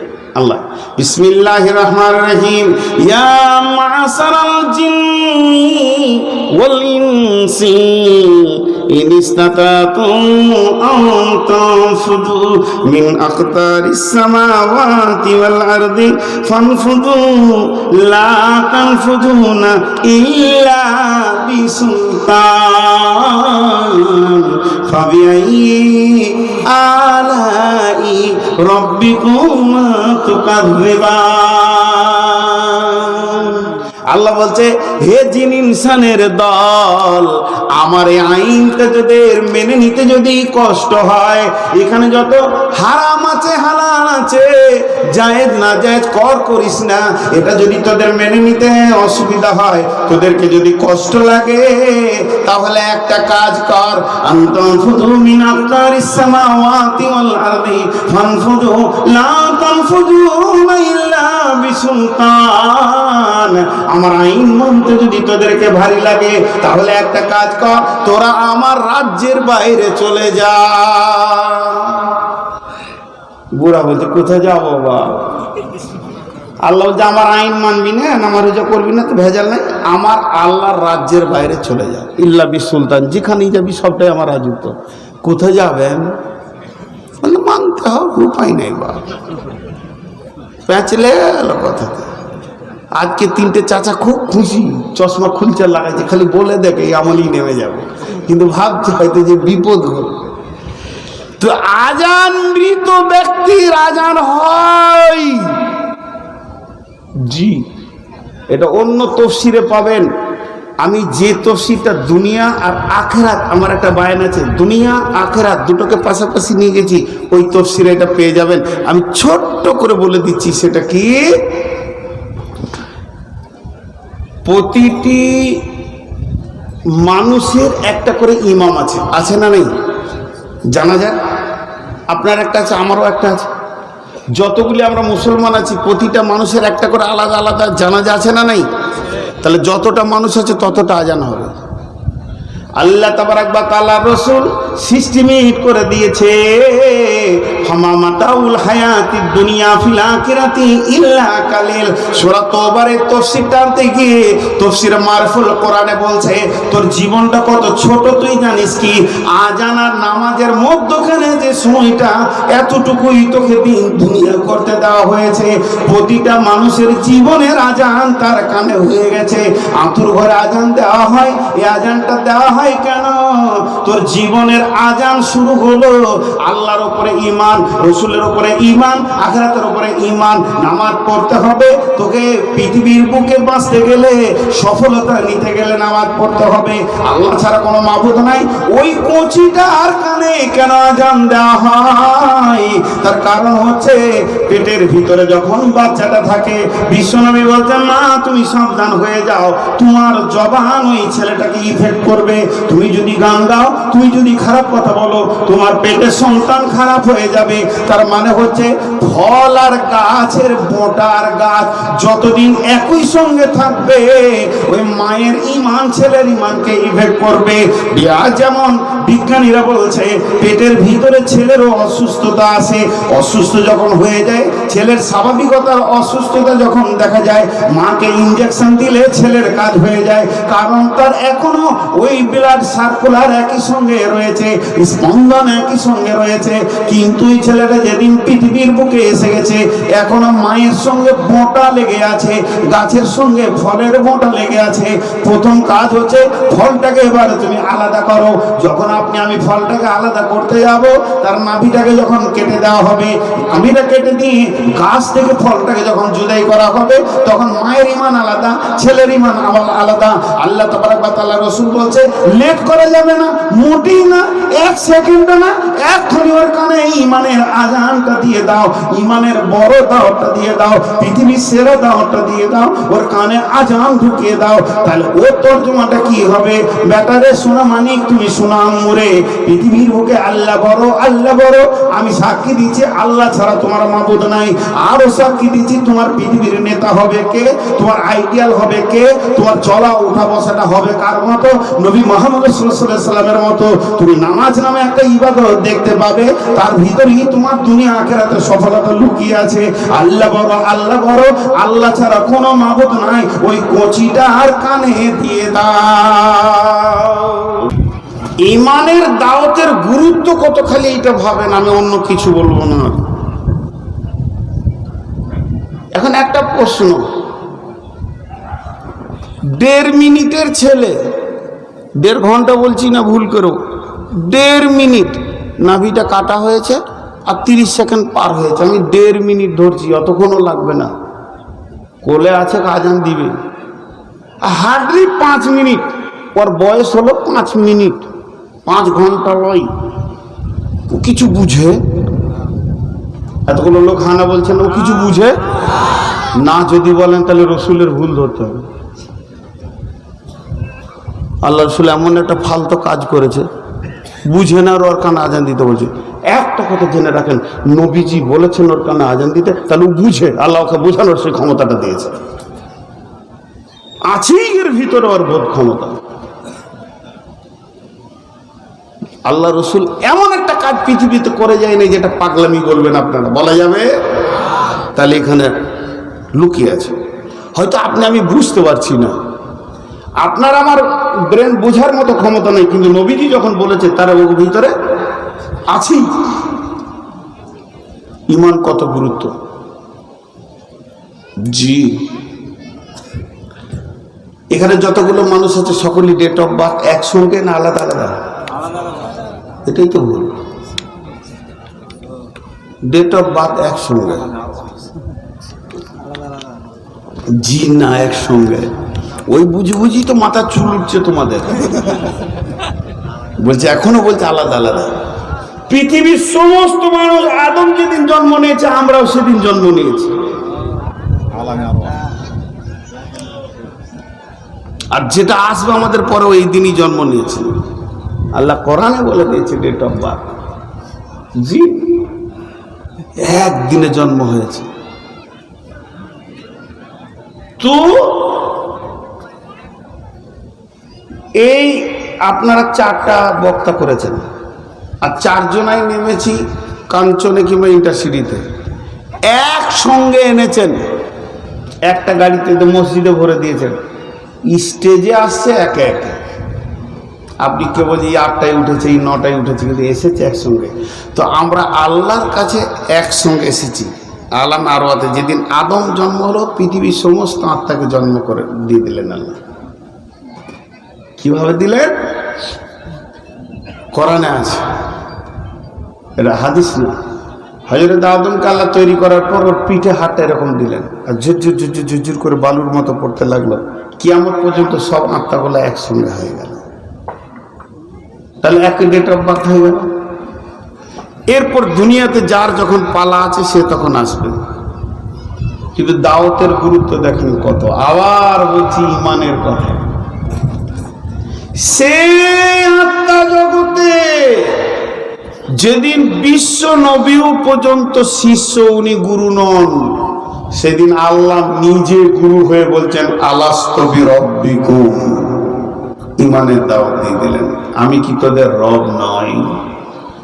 আমি কি তোদের আল্লাহ নই? ইমান কত গুরুত্ব! ইমান কত গুরুত্ব! রব আল্লাহর নাম না আল্লাহর গুণ? জি না, আল্লাহর একটাই নাম আল্লাহ। আমার নাম নূর মোহাম্মদ, কেউ বলছে ওই যে বক্তা আসছে, কেউ বলছে বর্ধমানী আসছে, এই বক্তাটা আমার গুণ না নাম? গুণ। আল্লাহ রাজ্জাক, রাজ্জাকটা আল্লাহর নাম নয়, ওটা আল্লাহর গুণ, সিফাত। তো রব হচ্ছে আল্লাহর সিফাত, আল্লাহর জাতি নাম একটা আল্লাহ। মহব্বতের সঙ্গে বলি আল্লাহ, একটু জোরে বলা যাবে না? আল্লাহ, এটা আল্লাহ নাম। কিন্তু আল্লাহ নিজের নামটা বাদ দিয়ে গুণটা দিয়ে দিলেন, গুণটাকে দিয়ে দিলেন রব। প্রথমে রব শিখে দিলেন। রব মানে পালনেওয়ালা, রব মানে পরওয়ারদিগার, ফার্সিতে বলে পরওয়ারদিগার, বাংলাতে উর্দুতে আমরা বলি পালনেওয়ালা। রবের আবিধানিক মানে আজ পর্যন্ত কেউ অ্যাকুরেটি করতে পারেননি, কিয়ামত পর্যন্ত পারবে না। রবের আবিধানিক মানে রব যে কি জিনিস কেউ পারেনি, পারবে না। বিশ্বনবীর হাদিসগুলোকে মন্থন করে সমন্বয় করে নিয়ে এসে একজন বুদ্ধিজীবী দুটি কথা বলেছেন। রব কাকে বলে? অনস্তিত্ব থেকে অস্তিত্ব দিয়ে আনুপাতিক হারে যিনি চাহিদা মেটান তিনি আমাদের রব। অনস্তিত্ব থেকে অস্তিত্ব দিয়ে আনুপাতিক হারে যিনি আমাদের চাহিদা মিটিয়ে যাচ্ছেন তিনি কে? রব। তিনি কে? রব। এই রবকে চিনতে হবে। তাহলে আমরা জন্মের শুরু লগ্নে কি পেলাম? রব। জন্মের শুরু লগ্নে কি পেলাম? সবাই বলি, জন্মের শুরু লগ্নে কি পেলাম? আমাদের রব কে? আমাদের রব কে? আমাদের রব কে? নারে তাকবীর! আমাদের রব আল্লাহ। গোটা পৃথিবীটাকে বাদ দিয়ে দেন, কবরে প্রথম ঢুকি প্রশ্ন কি হবে? মান রব্বুকা। মিলল? সাবজেক্ট পড়িয়েছেন কি আল্লাহ রব সম্পর্কে, প্রশ্ন কি রেখেছেন? মান রব্বুকা। তোর রব কে? রব আল্লাহর নাম নাই। তোর রব কে? তোকে পেলেছিল কে? তোকে খাইয়েছিল কে? তোকে বড় করেছিল কে? তোকে সম্মান দিয়েছিল কে? তোকে ইজ্জত দিয়েছিল কে? তোর সৌন্দর্য দিয়েছিল কে? বিবেক চেতনা দিয়েছিল কে? তোকে মানুষ বানিয়েছিল কে? কুত্তা বানাই নাই কে? তিনি হলেন আল্লাহ, রব্বি আল্লাহ। তাহলে শিক্ষা ওটা, এটা ছোট্ট করে আমলের কথাটাই মাঝে বলে নি 1 মিনিট। আপনাদের এই যে বিদ্যুৎটা চলছে এটা কোন পাওয়ার হাউসের? এই যে বিদ্যুৎ সেটা চলছে না, ফারাক্কা আপনাদের কোথাও দেয় না? ব্যান্ডেল, ব্যান্ডেল আমি জানি আপনাদের ব্যান্ডেল। আর আমাদের হচ্ছে দুর্গাপুর। দুর্গাপুর আমাদেরকে আসানসোল দুর্গাপুর থেকে দেয়, আপনাদের পুরো ব্যান্ডেল। তাহলে এই বিদ্যুৎটা তৈরি হচ্ছে কোথা? ব্যান্ডেলে। সেখানে টারবাইন দিয়ে ঘুরছে, তৈরি হচ্ছে। কেন? সেই বিদ্যুৎ জঙ্গিপুরে একটা জীর্ণ কুটিরে, আমি বড় ঘরে বলছি না, গরিবের বাসাতে তার ঢুকে গিয়ে তার ঘরটা আলো হয়েছে। আলো হচ্ছে, সে কোরআন শিব করছে।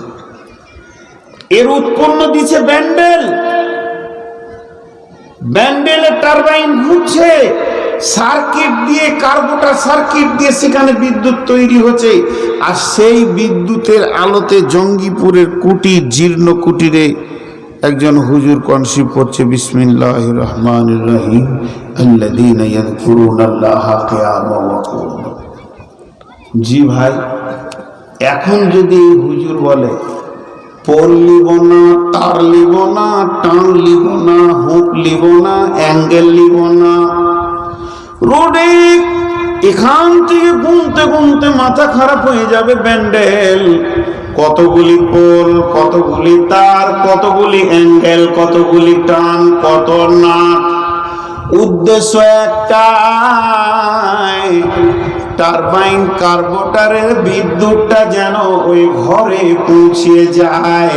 ফ্যান চলবে, এসি চলবে এবং বিদ্যুৎ চলবে, সমস্ত রকম ফ্যাসিলিটি সেটা পেয়ে যাবে। আল্লাহ তাবারাক ওয়া তাআলা আলামে আরওয়াতে রব নামে ঈমান দিল। এই ঈমানটাকে টেনে কবর নামে ঘরে ভরতে হবে। যখন এই কবরে আপনার ঈমান ঢুকে যাবে, নামাজ আর রোজা এগুলো কেন? তাহলে ওই বিদ্যুৎকে পর্যন্ত আনতে গেলে নামাজের মতো পোল লাগবে, রোজার মতো তার লাগবে, জাকাতের মতো অ্যাঙ্গেল লাগবে। যত আমাল আছে তার একটাই কারণ, আল্লাহ যে আমাদের রব। এই রবের ট্রেনিংটা নিয়ে যেতে যেতে যেতে যেতে যেন কবর পর্যন্ত পৌঁছে যায়। কোন ব্যক্তি যদি একটা পোলকে সরিয়ে দেন, কোন ব্যক্তি যদি একটা তারকে কেটে দেন, আর বিদ্যুৎ আসবে না।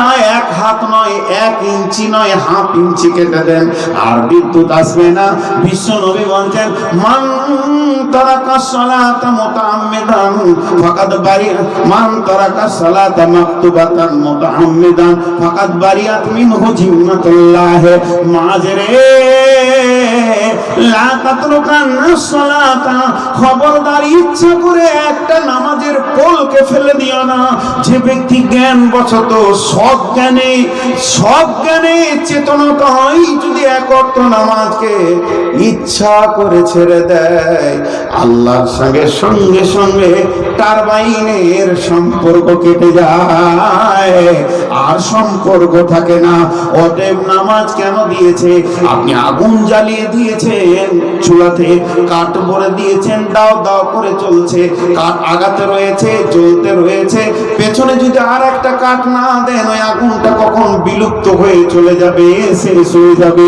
তেমনি 5 ওয়াক্তের নামাজকে দিয়ে এই রবের ট্রেনিংটা বাঁচিয়ে রাখতে হবে। এই যে রব কতবার নামাজে বলতে হয়, রব্বি আল্লাহ রব্বি আলাদিন, রব ভাষাটা যে কতবার নামাজের ভিতরে ট্রেনিং হয়, শুধু একটাই আল্লাহর উদ্দেশ্য, আমার দেওয়া রবের ট্রেনিংটা আমার গোলাম সেই ঈমান নামে হীরের টুকরোটাকে কবরে যেন পৌঁছে দিতে পারে। শুধু এই রব শব্দটাকে বাঁচিয়ে রাখার জন্য বহুত আমল দিয়েছেন আল্লাহ, চারিদিক থেকে সিকিউরিটি দিয়েছে যে এদের ভিতর থেকে যেন রবটা না চলে যায়। এই জন্য বারবার ঈমানের উপরে এত চাপ দিয়েছেন যে খবরদার শিরক করিস না, সব গুনার মাফ করব কিন্তু শিরকের মাফ করব না। হতে পারে চুরি ডাকাতি বেঈমানি লুচ্চামি আল্লাহ একদিন মাফ করে দেবেন, কিন্তু শিরকের গুনাহ মাফ রবের কাছ থেকে সরে যাচ্ছে। এই লা ইলাহার কত মূল্য! হ্যাঁ, এমন মৌকা আসবে, মৌকা, দিন বলি নাই, মাস বলি নাই, সপ্তাহ বলি নাই, বছর বলি নাই, মৌকা এমন মৌকা আসবে, শুধু কালেমা তাইয়্যিবার উপরই জান্নাতুল ফেরদাউস পেয়ে যাবেন, নামাজ রোজার দরকার থাকবে না। এসে গেছে কারো কাছে এসে গেছে, চলছে এখন ওদের নামাজ রোজা মাপ, এখন ফুল মাপ, খালি বলবে আল্লাহ ছাড়া কোনো মাবুদ নেই, বাস জান্নাত। আমি সাক্ষী দিচ্ছি আল্লাহ ছাড়া কোনো মাবুদ নেই, নবী মুহাম্মদ সাল্লাল্লাহু আলাইহি ওয়াসাল্লাম আল্লাহর প্রেরিত রাসূল, জান্নাত। কেন মাপ? ছোট্ট করে বলি, উইঘুরের মুসলমানদের জন্য এখন এই ঘটনা ঘটছে। দেখেন না, কাঁচা চামড়া টেনে তুলছে, শিকল এইভাবে বেঁধে 7 দিন 8 দিন 10 দিন করে ঝুলিয়ে রাখছে, তারপরে তাদেরকে উলঙ্গ করছে, খালি বলছে বল ইসলাম মানি না, কোরআন মানি না। যেই বলে দেবে সঙ্গে সঙ্গে সে সুখের জিন্দেগি পেয়ে যাবে, সরকারি খাবার, সরকারি রেশন। নাস্তিকতা কবুল কর, যারা করছে না এই অবস্থা চলছে। সব মাপ এখন বিশ্বনবী বলে দিয়েছেন, ইয়া মাত লা তুশরিক বিল্লাহি শাইয়া ওয়া ইন কুতিলতা আও হুররিতা। মাঝরে এমন একটা সময় আসবে রে, তোকে নামাজ রোজার চিন্তা করতে হবে না। যখন তোদেরকে জীবিত কেটে দেওয়া হবে আর জীবিত জ্বালিয়ে দেওয়া হবে মাঝ, তখন তুমি খালি শিরকেটা করিও না, তুমি আল্লাহর উপরে দৃঢ় বিশ্বাস রেখে পৃথিবী থেকে বিদায় নিয়ে নিও। মাঝ সেদিন তোমার জন্য জান্নাতুল ফেরদাউস হাতছানি দেবে। উইঘুরের মেয়েদের 2 দিন আগে এই ফেসবুকে দিয়েছিল এত জঘন্য কথা, একটা যুবতীকে 8 জন 10 জন 20 জন করে রাতে তারা ব্যবহার করে, আর তাদেরকে মেরেও দিচ্ছে না।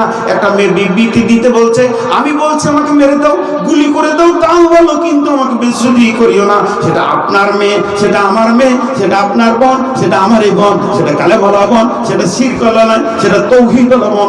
অঝর নয়নে কামছে, বলছে কোন রকম বেঁচে পালিয়ে এসে বিবৃতিগুলো দিচ্ছে। প্রত্যেকটি মেয়ের উপরে, যুবতীর উপরে অত্যাচার চলছে। বলেন তারা কি ব্যভিচারীর আসামি হয়ে দাঁড়াবে? জি না না না, আল্লাহ তাবারক ওয়া তাআলা তাদেরকে মাফ করবেন না। মাফ করবেন, তাদের তো কোনো গুনাহ নাই, মাফের তো কোনো বিষয়ই নাই। আল্লাহ তাবারক ওয়া তাআলা তাদেরকে শুধু তৌহিদের উপরে জান্নাতে দেবেন, ঈমানের উপরে জান্নাতে দেবেন। তাদের তো নাপাক হালাতি থেকে যেতে হচ্ছে, তাদের তো পাক নাই, উজু নাই, এমনকি তাদেরকে পরিপূর্ণ কাপড় দিয়ে রাখা হচ্ছে না, মেয়েগুলোকে শিকলে বেঁধে রাখা হচ্ছে, এমন ভাবে কষ্ট দিচ্ছে তারা ডিটেকশন ক্যাম্পের ভিতরে। আল্লাহ তাবারক ওয়া তাআলা এই আল্লাহ রাসূল এই পরিস্থিতি থেকে সামনে রেখে বলছেন, মাজারে লা তুশরিক বিল্লাহি শাইআ ওয়া ইন কুতিলতা আও হুররিতা, যদি তোকে কেটে দেয় তো হেসে হেসে গ্রহণ করে নিবি, আর যদি জ্বালিয়ে দেয় তো পুড়ে যাবি, কিন্তু আল্লাহ ছাড়া কাউকে মাথা নামা করবি না। শুধু ঈমানের উপরে তোর জন্য জান্নাত হাসছে।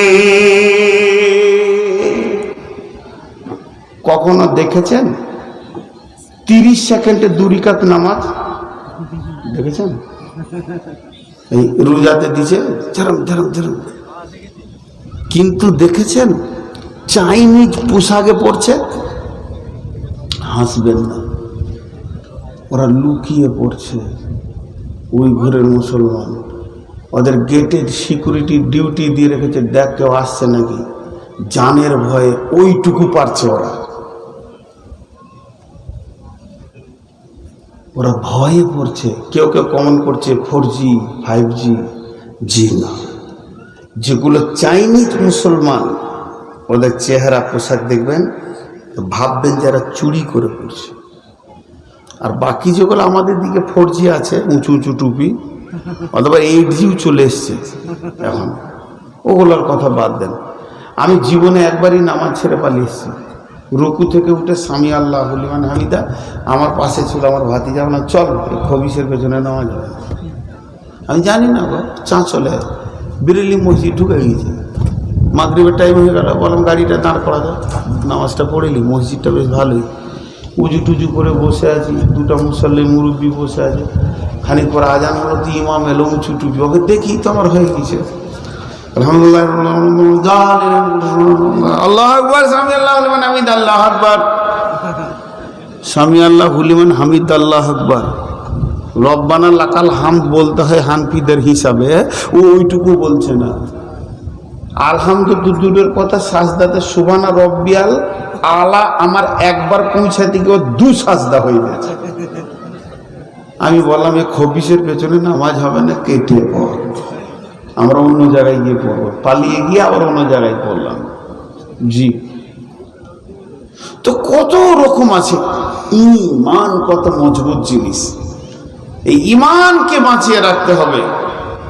আল্লাহ তাবারক ওয়া তাআলা বলছেন, লাইসাল বিররা আন তুওয়াল্লু ওয়ুজুহাকুম কিবালাল মাশরিকি ওয়াল মাগরিবি ওয়ালাকিন্নাল বিররা মান আমানা বিল্লাহ।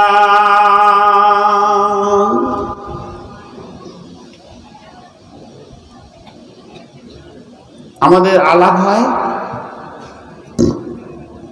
আলাপ বুঝেন, আলাপ গল্প টল্প করে কি করে না। অনেকদিন পর বন্ধুর সঙ্গে দেখা হলো জঙ্গিপুরে, আয় আয় আয় চা খা, মিষ্টি খা। মিষ্টির দোকানে বসে জোরে নিঃশ্বাস ছেড়ে বলে, সেই বহরমপুরে পড়লাম রে, তারপর তোর সঙ্গে দেখা নেই, বিয়ে কোথা করেছিস? শুরু হলো আলাপটা কি দিয়ে? বিয়ে দিয়ে। ছেলে পিলে কয়টা হলো, কি করছে, কোথায় পড়ছে, কি করছিস, ব্যবসা করছিস, কোন দিকে চলছে। এই যে বন্ধুদের, মৌলবীদের আলাপ শুনেছেন কোনোদিন? এরকম চারিদিকে দেখালাই কেউ আছে কিনা, না একদিন কোথায় আছি রে, ওই মসজিদে, মোতালিটা কেমন সালাপ জানটা জ্বালিয়ে দিলে মাসে ছেলে ডাকাত, তৃণমূলের নেতা, সালা আবার মাদ্রাসার ক্যাশিয়ার হয়েছে, নামাজ পড়ে না রে, মাতাল। এদের কলিয়ে জ্বলা আলাপ। ব্যবসায়ীদের আলাপ কেমন হয়? কিরে পাটের মার্কেট কোথা কি রয়েছে? ডাক্তারদের আলাপ শুনেছেন কোনোদিন?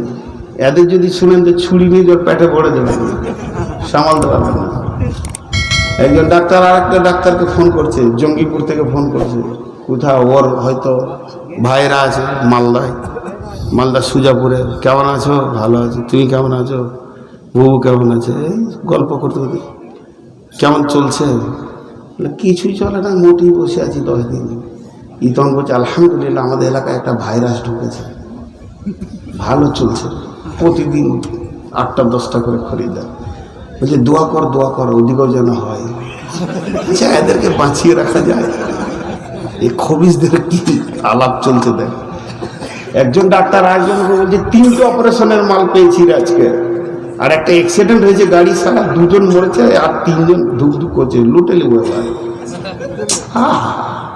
সমাজের কলঙ্কর নাম ডাক্তার। লোক খালি ছেলেকে ডাক্তারি পড়াবার লেগে মিশনে ভরে দিয়েছে।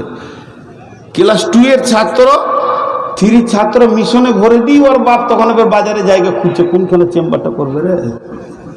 আর যে ছেলে ডাকাত হবে আরো হুঁশ নেই।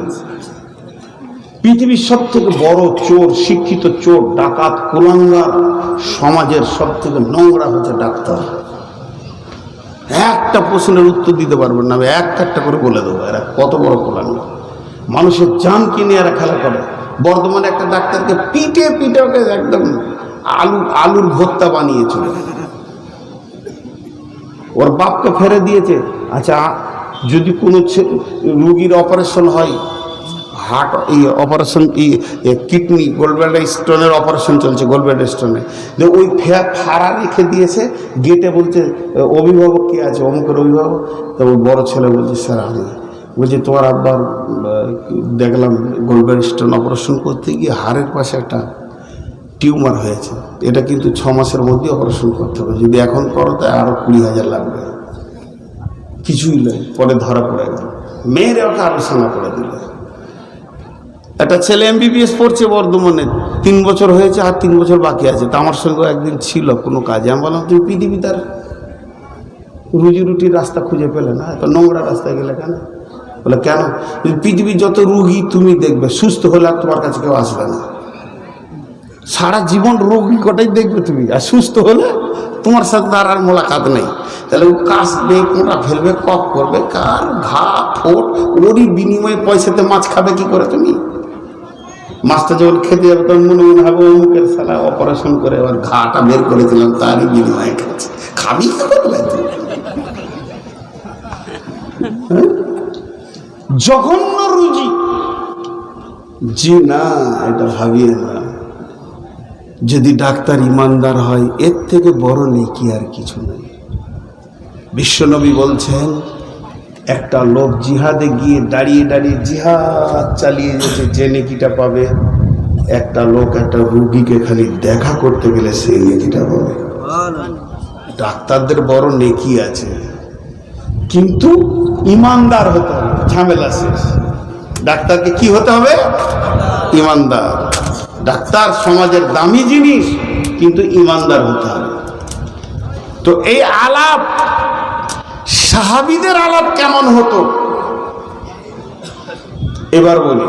সাহাবীদের ভিতরে যদি কেউ বিদেশে দীর্ঘদিন চলে গেছে, সেখানে ব্যবসা বাণিজ্যের ভিতরে আছে, অনেকদিন পর যখন দেশে ফিরেছে তখন একে অপরে দেখা হয়েছে, সালাম আলাইকুম। আলাইকুম সালাম। ভাইয়া কোথায় ছিলে? বলে আমি শামে গেছিলাম, শাম থেকে সিরিয়া চলে গেছিলাম, ওখান থেকে ওমান হয়ে আমি দেশে ফিরলাম। কেমন হলো? আলহামদুলিল্লাহ, আল্লাহ তাবারাক ওয়া তাআলা আমাকে যথেষ্ট দিয়েছে, আমার বাণিজ্য খুব ভালো হয়েছে। তুমি কেমন আছো? বলে আমি এখন বাণিজ্যে যেতে পারিনি, মনে হয় যেন সামনের সপ্তাহে বেরিয়ে যাব। ছেলে মেয়ে কেমন আছে? তোমার ছেলে মেয়ে কেমন আছে?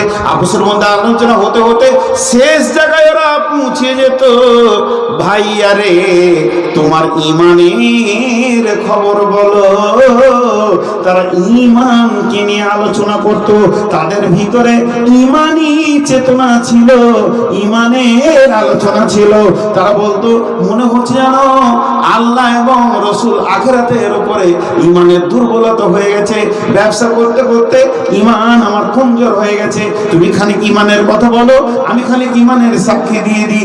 একজন বলতেন আল্লাহ আছে, আর একজন বলতো বেশক নবীজি বলেছেন আল্লাহ আছে, একজন বলতো জাহান্নাম আছে, বেশক জাহান্নাম আছে। দুইজন আখিরাতের কিয়ামতের আলোচনা করে করে করে করে তারা নিজেদের ঈমানগুলি বাড়িয়ে নিতেন। এর জন্য হাদিসের ভিতরে অনেক পাবেন, সামিউতু জাদ্দি সামিউতু আর সামিউতু আবি, আমি শুনেছি আব্বার কাছে, শুনেছি দাদার কাছে, শুনেছি খালার কাছে, শুনেছি বাপের কাছে, শুনেছি ভাইয়ের কাছে, শুনেছি মামার কাছে। কারণ তাদের আপোসের মধ্যে ঈমানের আলোচনা ছিল।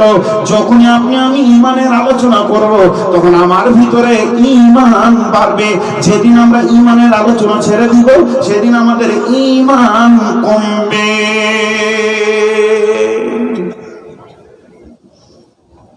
নবীদেরকে ইমানের ট্রেনিং করিয়েছেন কে? আল্লাহ। সাহাবীদেরকে রাসূলুল্লাহ সাল্লাল্লাহু আলাইহি ওয়াসাল্লাম ইমানের ট্রেনিং করিয়েছেন, ইমানের পরীক্ষা নিয়েছেন, ইমানের পরীক্ষা নিয়েছেন, ইমানের ট্রেনিং করেছে। আমাদের বুঝে আসে না ইমানের ট্রেনিং কি, ইমানের পরীক্ষা কি। লম্বা ঘটনা আছে, কয়েকটা নবীর আছে, কয়েকটা। হযরত ইব্রাহিমের আছে, হযরত উযাইরের আছে, হযরত নূহ আলাইহিস সালামের আছে। ছোট করে একটা বলি, ক্লাস 1-এর ছেলে 20 দিন স্কুল গেছে, কেবল 20 দিন, আর পরীক্ষা চলে এসছে। তখন ম্যাডাম বলছে তোর পরীক্ষা রে, কালকে আসবি, হ্যাঁ? তোর টেনশনে ঘুম হচ্ছে না, আর পড়া শিখেছে 20 দিন, আর শিখে না, এতেই পরীক্ষা হবে। আর 1 2 3 4 5 6ও শিখেনি, তোর টেনশনে ঘুম হচ্ছে না, কাল পরীক্ষা, ম্যাডাম বলেছে। সকাল সকাল স্কুল গেল, তখন ম্যাডাম ডেকে বলছে আয় তোর আজকে অঙ্ক পরীক্ষা হবে। সুবহানাল্লাহ, 5 পর্যন্ত মুখস্থ করেছে, এর আবার অঙ্ক পরীক্ষা। যে বলছে একটা মুরগির কয়টা পারে? তো ছোট ছেলে তো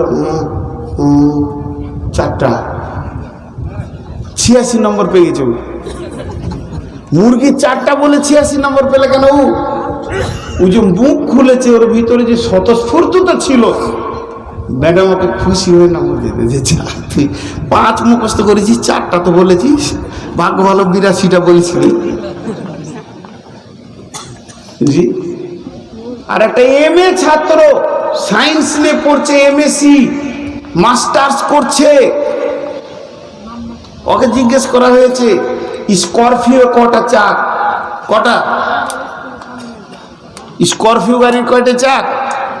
কথা বলে না? 4টা। ফেল। ওর তো 5টা চাক, একটা স্টেপনি থাকে, এটা কারো মাথায় থাকে না। MSc ছাত্র ফেল পড়ে গেছে এখানে। কেন? যে যেমন শিক্ষিত তার উপরে দাবি সেরকম, তার উপরে দাবি সেরকম। তো একটা নবী যদি ছোট ভুল করে তো আল্লাহর সহ্য হবে? হবে জি। বিসমিল্লাহির রহমানির রহিম। আকাল্লাতী মাররা আলা কারিয়াতিন ওয়া হিয়া খাবিয়াতুন আলা উরুশিহা ক্বালা আন্না ইউহী হাদিহিল্লাহু বা'দা মাউতিহা ফামাতাহুল্লাহু মিয়াতা আমিন সুম্মা বাসাহু ক্বালা কাম লাবিসতা ক্বালা লাবিসতু ইয়াওমান আও বা'দা ইয়াওমিন ক্বালা বাল লাবিসতা মিয়াতা আমিন ফানজুর ইলা তা'আমিকা ওয়া শারাবিকা লাম ইয়াতাসান্না ওয়ানজুর ইলা হিমারিকা ওয়া লিনাজআলাকা আয়াতান লিন-নাস انظر الى الإدام كيف ننسجها ثم نكسوها لحما فلما تبين له قال أعلم أن الله على كل شيء قدير। লম্বা ঘটনা, এটা কোথাকার? এখানকারই লম্বা ঘটনা, 1 মিনিটে বলে দেব। উজাইর নবী একটা গ্রাম দিয়ে হাঁটছিল, ওই গ্রামটা পৌরগ্রাম। পৌরগ্রাম মানে ভবিষ্যতে কোন যুগে গ্রাম ছিল, রাস্তাঘাট ভাঙা, ঘর চর দেখে মনে হচ্ছে যেখানে কেউ ছিল 200-500 বছর আগে। উজাইরের মুখ থেকে বেরিয়ে গেল কেমন কথা, আল্লাহ তুমি আবার গাঁ বানাতে পারবে? আল্লাহ পারবে না? আচ্ছা, এই কথা তো বলা ঠিক হলো, আর নবী হয়ে এর সাধারণ মানুষে বললে হতো। আল্লাহ বললে এখন মার করে মেরে দিলে, 100 বছর আগে ঘুমিয়ে রাখলে, 100 বছর মৃত অবস্থায় ছিল, 100 বছর পর জীবিত করলো, করার পর আল্লাহ বলছে কামলা বিস্তার কতদিন শুয়েছিলি রে উজাইর? উজাইর তখন বলছে 1 দিন কিংবা 1 দিনের কিছু অংশ, আর মাথা বেতাল লেগে গেছে। তফসির ইবনে কাসিরে লিখেছে ওর জান যখন কবজ করে সকাল ছিল, যখন ওকে 100 বছর পর জীবিত করে বিকেল ছিল। ওর ধারণা আমি সকালে ঘুমিয়েছি, বিকেলে উঠলাম। আল্লাহ বলছে তুই 100 বছর পর উঠলি, কই তোর সেই খাবার? আঙ্গুর ছিল, খেজুর ছিল, সেরকমই আছে।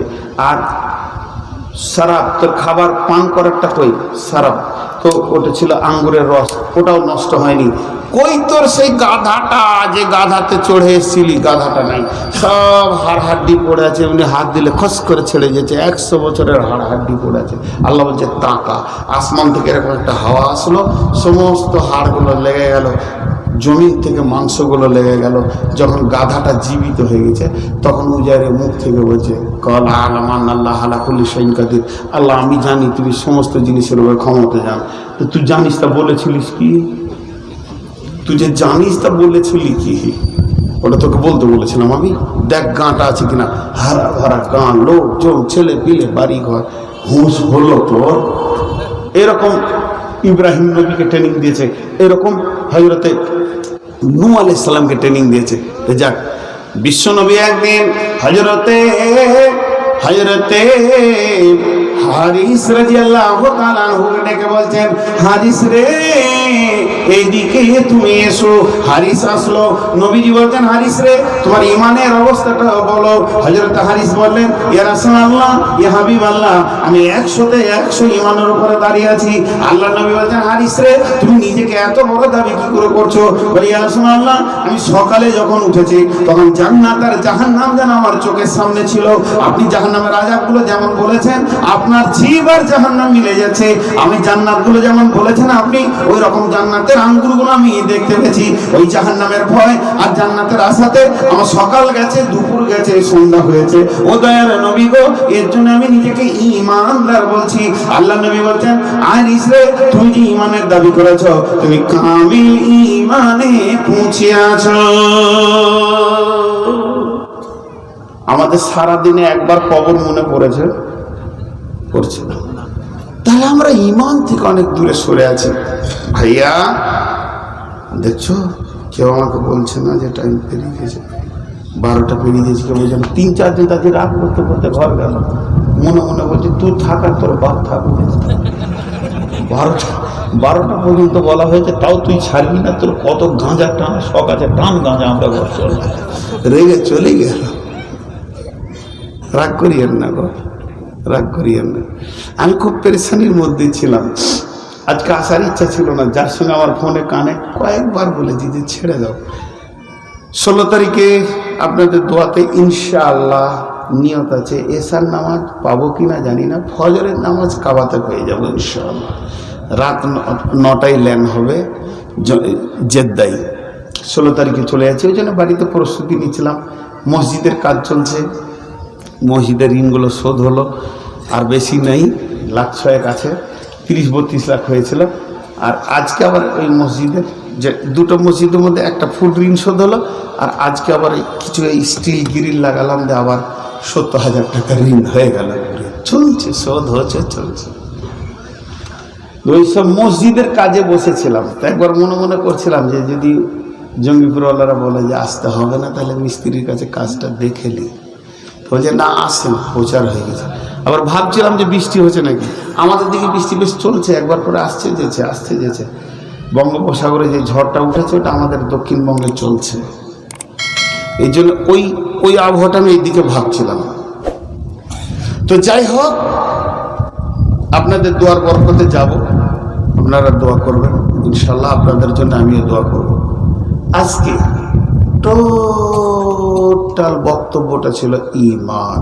আমি না নামাজের কথা বলেছি, না রোজার কথা বলেছি।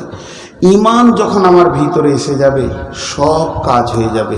একটা সহজ 2টি উদাহরণ দিব, আজকের বক্তব্য শেষ করব। আর একসঙ্গে দোয়া পড়ে শেষ করব। এই 2টি উদাহরণ শোনা পর্যন্ত আপনারা থাকেন। ঈমান ঠিক তো সব রিপেয়ার হয়ে যাবে। জি, ঈমান রিপেয়ার হলে। ঈমান এমন জিনিস, একটা পাগলা রাস্তায় হাঁটছে, 1 নম্বর উদাহরণ। গোটা গাটা নোংরা, ফুল প্যান্টটা একটা গুটিয়েছে, একটা ছেড়ে দিয়েছে, এক পায়ে জুতো আছে আর এক পায়ে নাই, তাও আবার ওটা উল্টা পড়েছে। মাথাতে চিরুনি করে নেই, দাঁতে ময়লা, চোখে সেই সকালকার মিছড়ি লেগে আছে, কানে ময়লা। তো গাঁয়ের লোক খালি ওকে বলছে, ওই জুতাটা ঠিক কর, ওই তোর পায়জামাটা ঠিক কর, ওই তোর জামাটার বোতামটা যে ভুল। এই নানা ভুল দেখছে ওর বডিতে 100টা। আর ডাক্তার হাসানুজ্জামান ছিল আর কি, ব্রেন সার্জন, রাঁচির একজন বড় ডাক্তার। এমনি করে তাকিয়ে বলছে, ছেলেটা কার? বলে হাজি সাহেব। ছেলে দেখতে তো খুব সুন্দর, বলে HS পাস, ফার্স্ট ডিভিশন আছে। এমন কিছু হয়েছে? হঠাৎ নিয়েছে না, ওকে নিয়ে গিয়ে সুন্দর করে এক্সরে করে গোটা ব্রেন রক শিরা উপশিরা দেখলো ওর কোনো ব্রেনের মেন শিরাতে রক্ত জমে গেছে, ছোট্ট টিউমার হয়েছে, সার্কুলার পাচ্ছে না। ওটাকে অপারেশন করে ঠিক করে দিল। ওর জুতো ঠিক করেনি, পায়জামা ঠিক করেনি, ময়লা কাপড়টা ঠিক করেনি, খালি রক্তের সার্কুলার চালিয়ে দিল। ওই ছেলেটা গ্রামে এসে সুন্দর জামা প্যান্ট আয়রন করা, চিরুনি করা, মাথা ব্রাশ, মুখের ময়লা নাই, সব ঠিক হয়ে গেল একটা রোগে। এ সমাজ চোর, এ সমাজ মাতাল, এ সমাজ জোয়ারি, এ সমাজ বেনামাজি, এ সমাজ বেরোজাদার, এ মেয়েরা বেপরদা, বেহায়া, বেলিল্লা, জর্দা, গাঁজা, বিড়ি, এগুলো ভুল নয়, ভুল হচ্ছে ঈমান নাই। আল্লাহ রসুলের সেই হাদিস, যার ভিতরে ঈমান থাকবে সে কাবিরা গুনাহ করতে পারে না। কোনো ঈমানদার যদি কাবিরা গুনাহ করে সেই মুহূর্তে তার কাছে ঈমানটা থাকে না, আবার আসে। অতএব ঈমানকে যদি রিপেয়ার করে দেওয়া হয়, ওই ছেলেটাকে নামাজের জন্য বলতে হবে না। যখন চোখে জাহান্নামকে দেখবে তো রাত 12টায় এসে দরজায় ধাক্কা দিয়ে ইমাম সাহেবের পাটা ধরে জড়িয়ে কেঁদে অঝর নয়নে বলবে, হুজুর আমাকে নামাজটা শিখিয়ে দেন, না হলে আমি জাহান্নাম চলে যাব। ভাইরা আমার, আর একটা উদাহরণ দিই। টলিটা নতুন, ইঞ্জিনটা ভাঙা, ভরসা আছে? এক টলি মাল চাপিয়ে দিয়েছে, ইঞ্জিনটা যেতেও পারে না পারে, ভরসা নাই। আর ইঞ্জিনটা হচ্ছে নিউ শোরুম থেকে এসছে, টলিটা একটু ভাঙা ফোটা, মাল চাপানো, ভরসা আছে, ট্রেনে নিয়ে গিয়ে বহরমপুর পৌঁছে দেবে চট চট চট চট। ঈমান হলো ইঞ্জিন, আমল হলো তার লোড। আমলের বক্তব্য 10 ঘন্টা দিয়ে দিলাম, ঈমান রিপেয়ার হলো না, এ মাল বানানো সম্ভব। কিন্তু ঈমান যদি বলিষ্ঠ হয়ে যায়, রাত 12টায় তুলে নিয়ে গিয়ে ওকে মসজিদে ভরে দেবে, শীত হোক আর গ্রীষ্ম হোক। এর জন্যে ঈমানের উপরে মেহনত করতে হবে, আর ঈমান কিনে আমাদেরকে বেঁচে থাকতে হবে। ঈমান এমন একটি বস্তু, ঈমান এমন একটি বস্তু, ঈমান এমন একটি বস্তু। আপনাদের কাছে আজকের মতো সমাপনী দিচ্ছি, শুধু একটা কথা আপনাদের কাছে দাবি রাখছি, আমি আল্লাহর ঘরে যাব। আমি অনেক বড় নেককার তা নয়, গুনাহগার। আপনারা আমার জন্য দোয়া করবেন যেন আমার সফর ভালো হয় এবং উমরা কবুল হয়।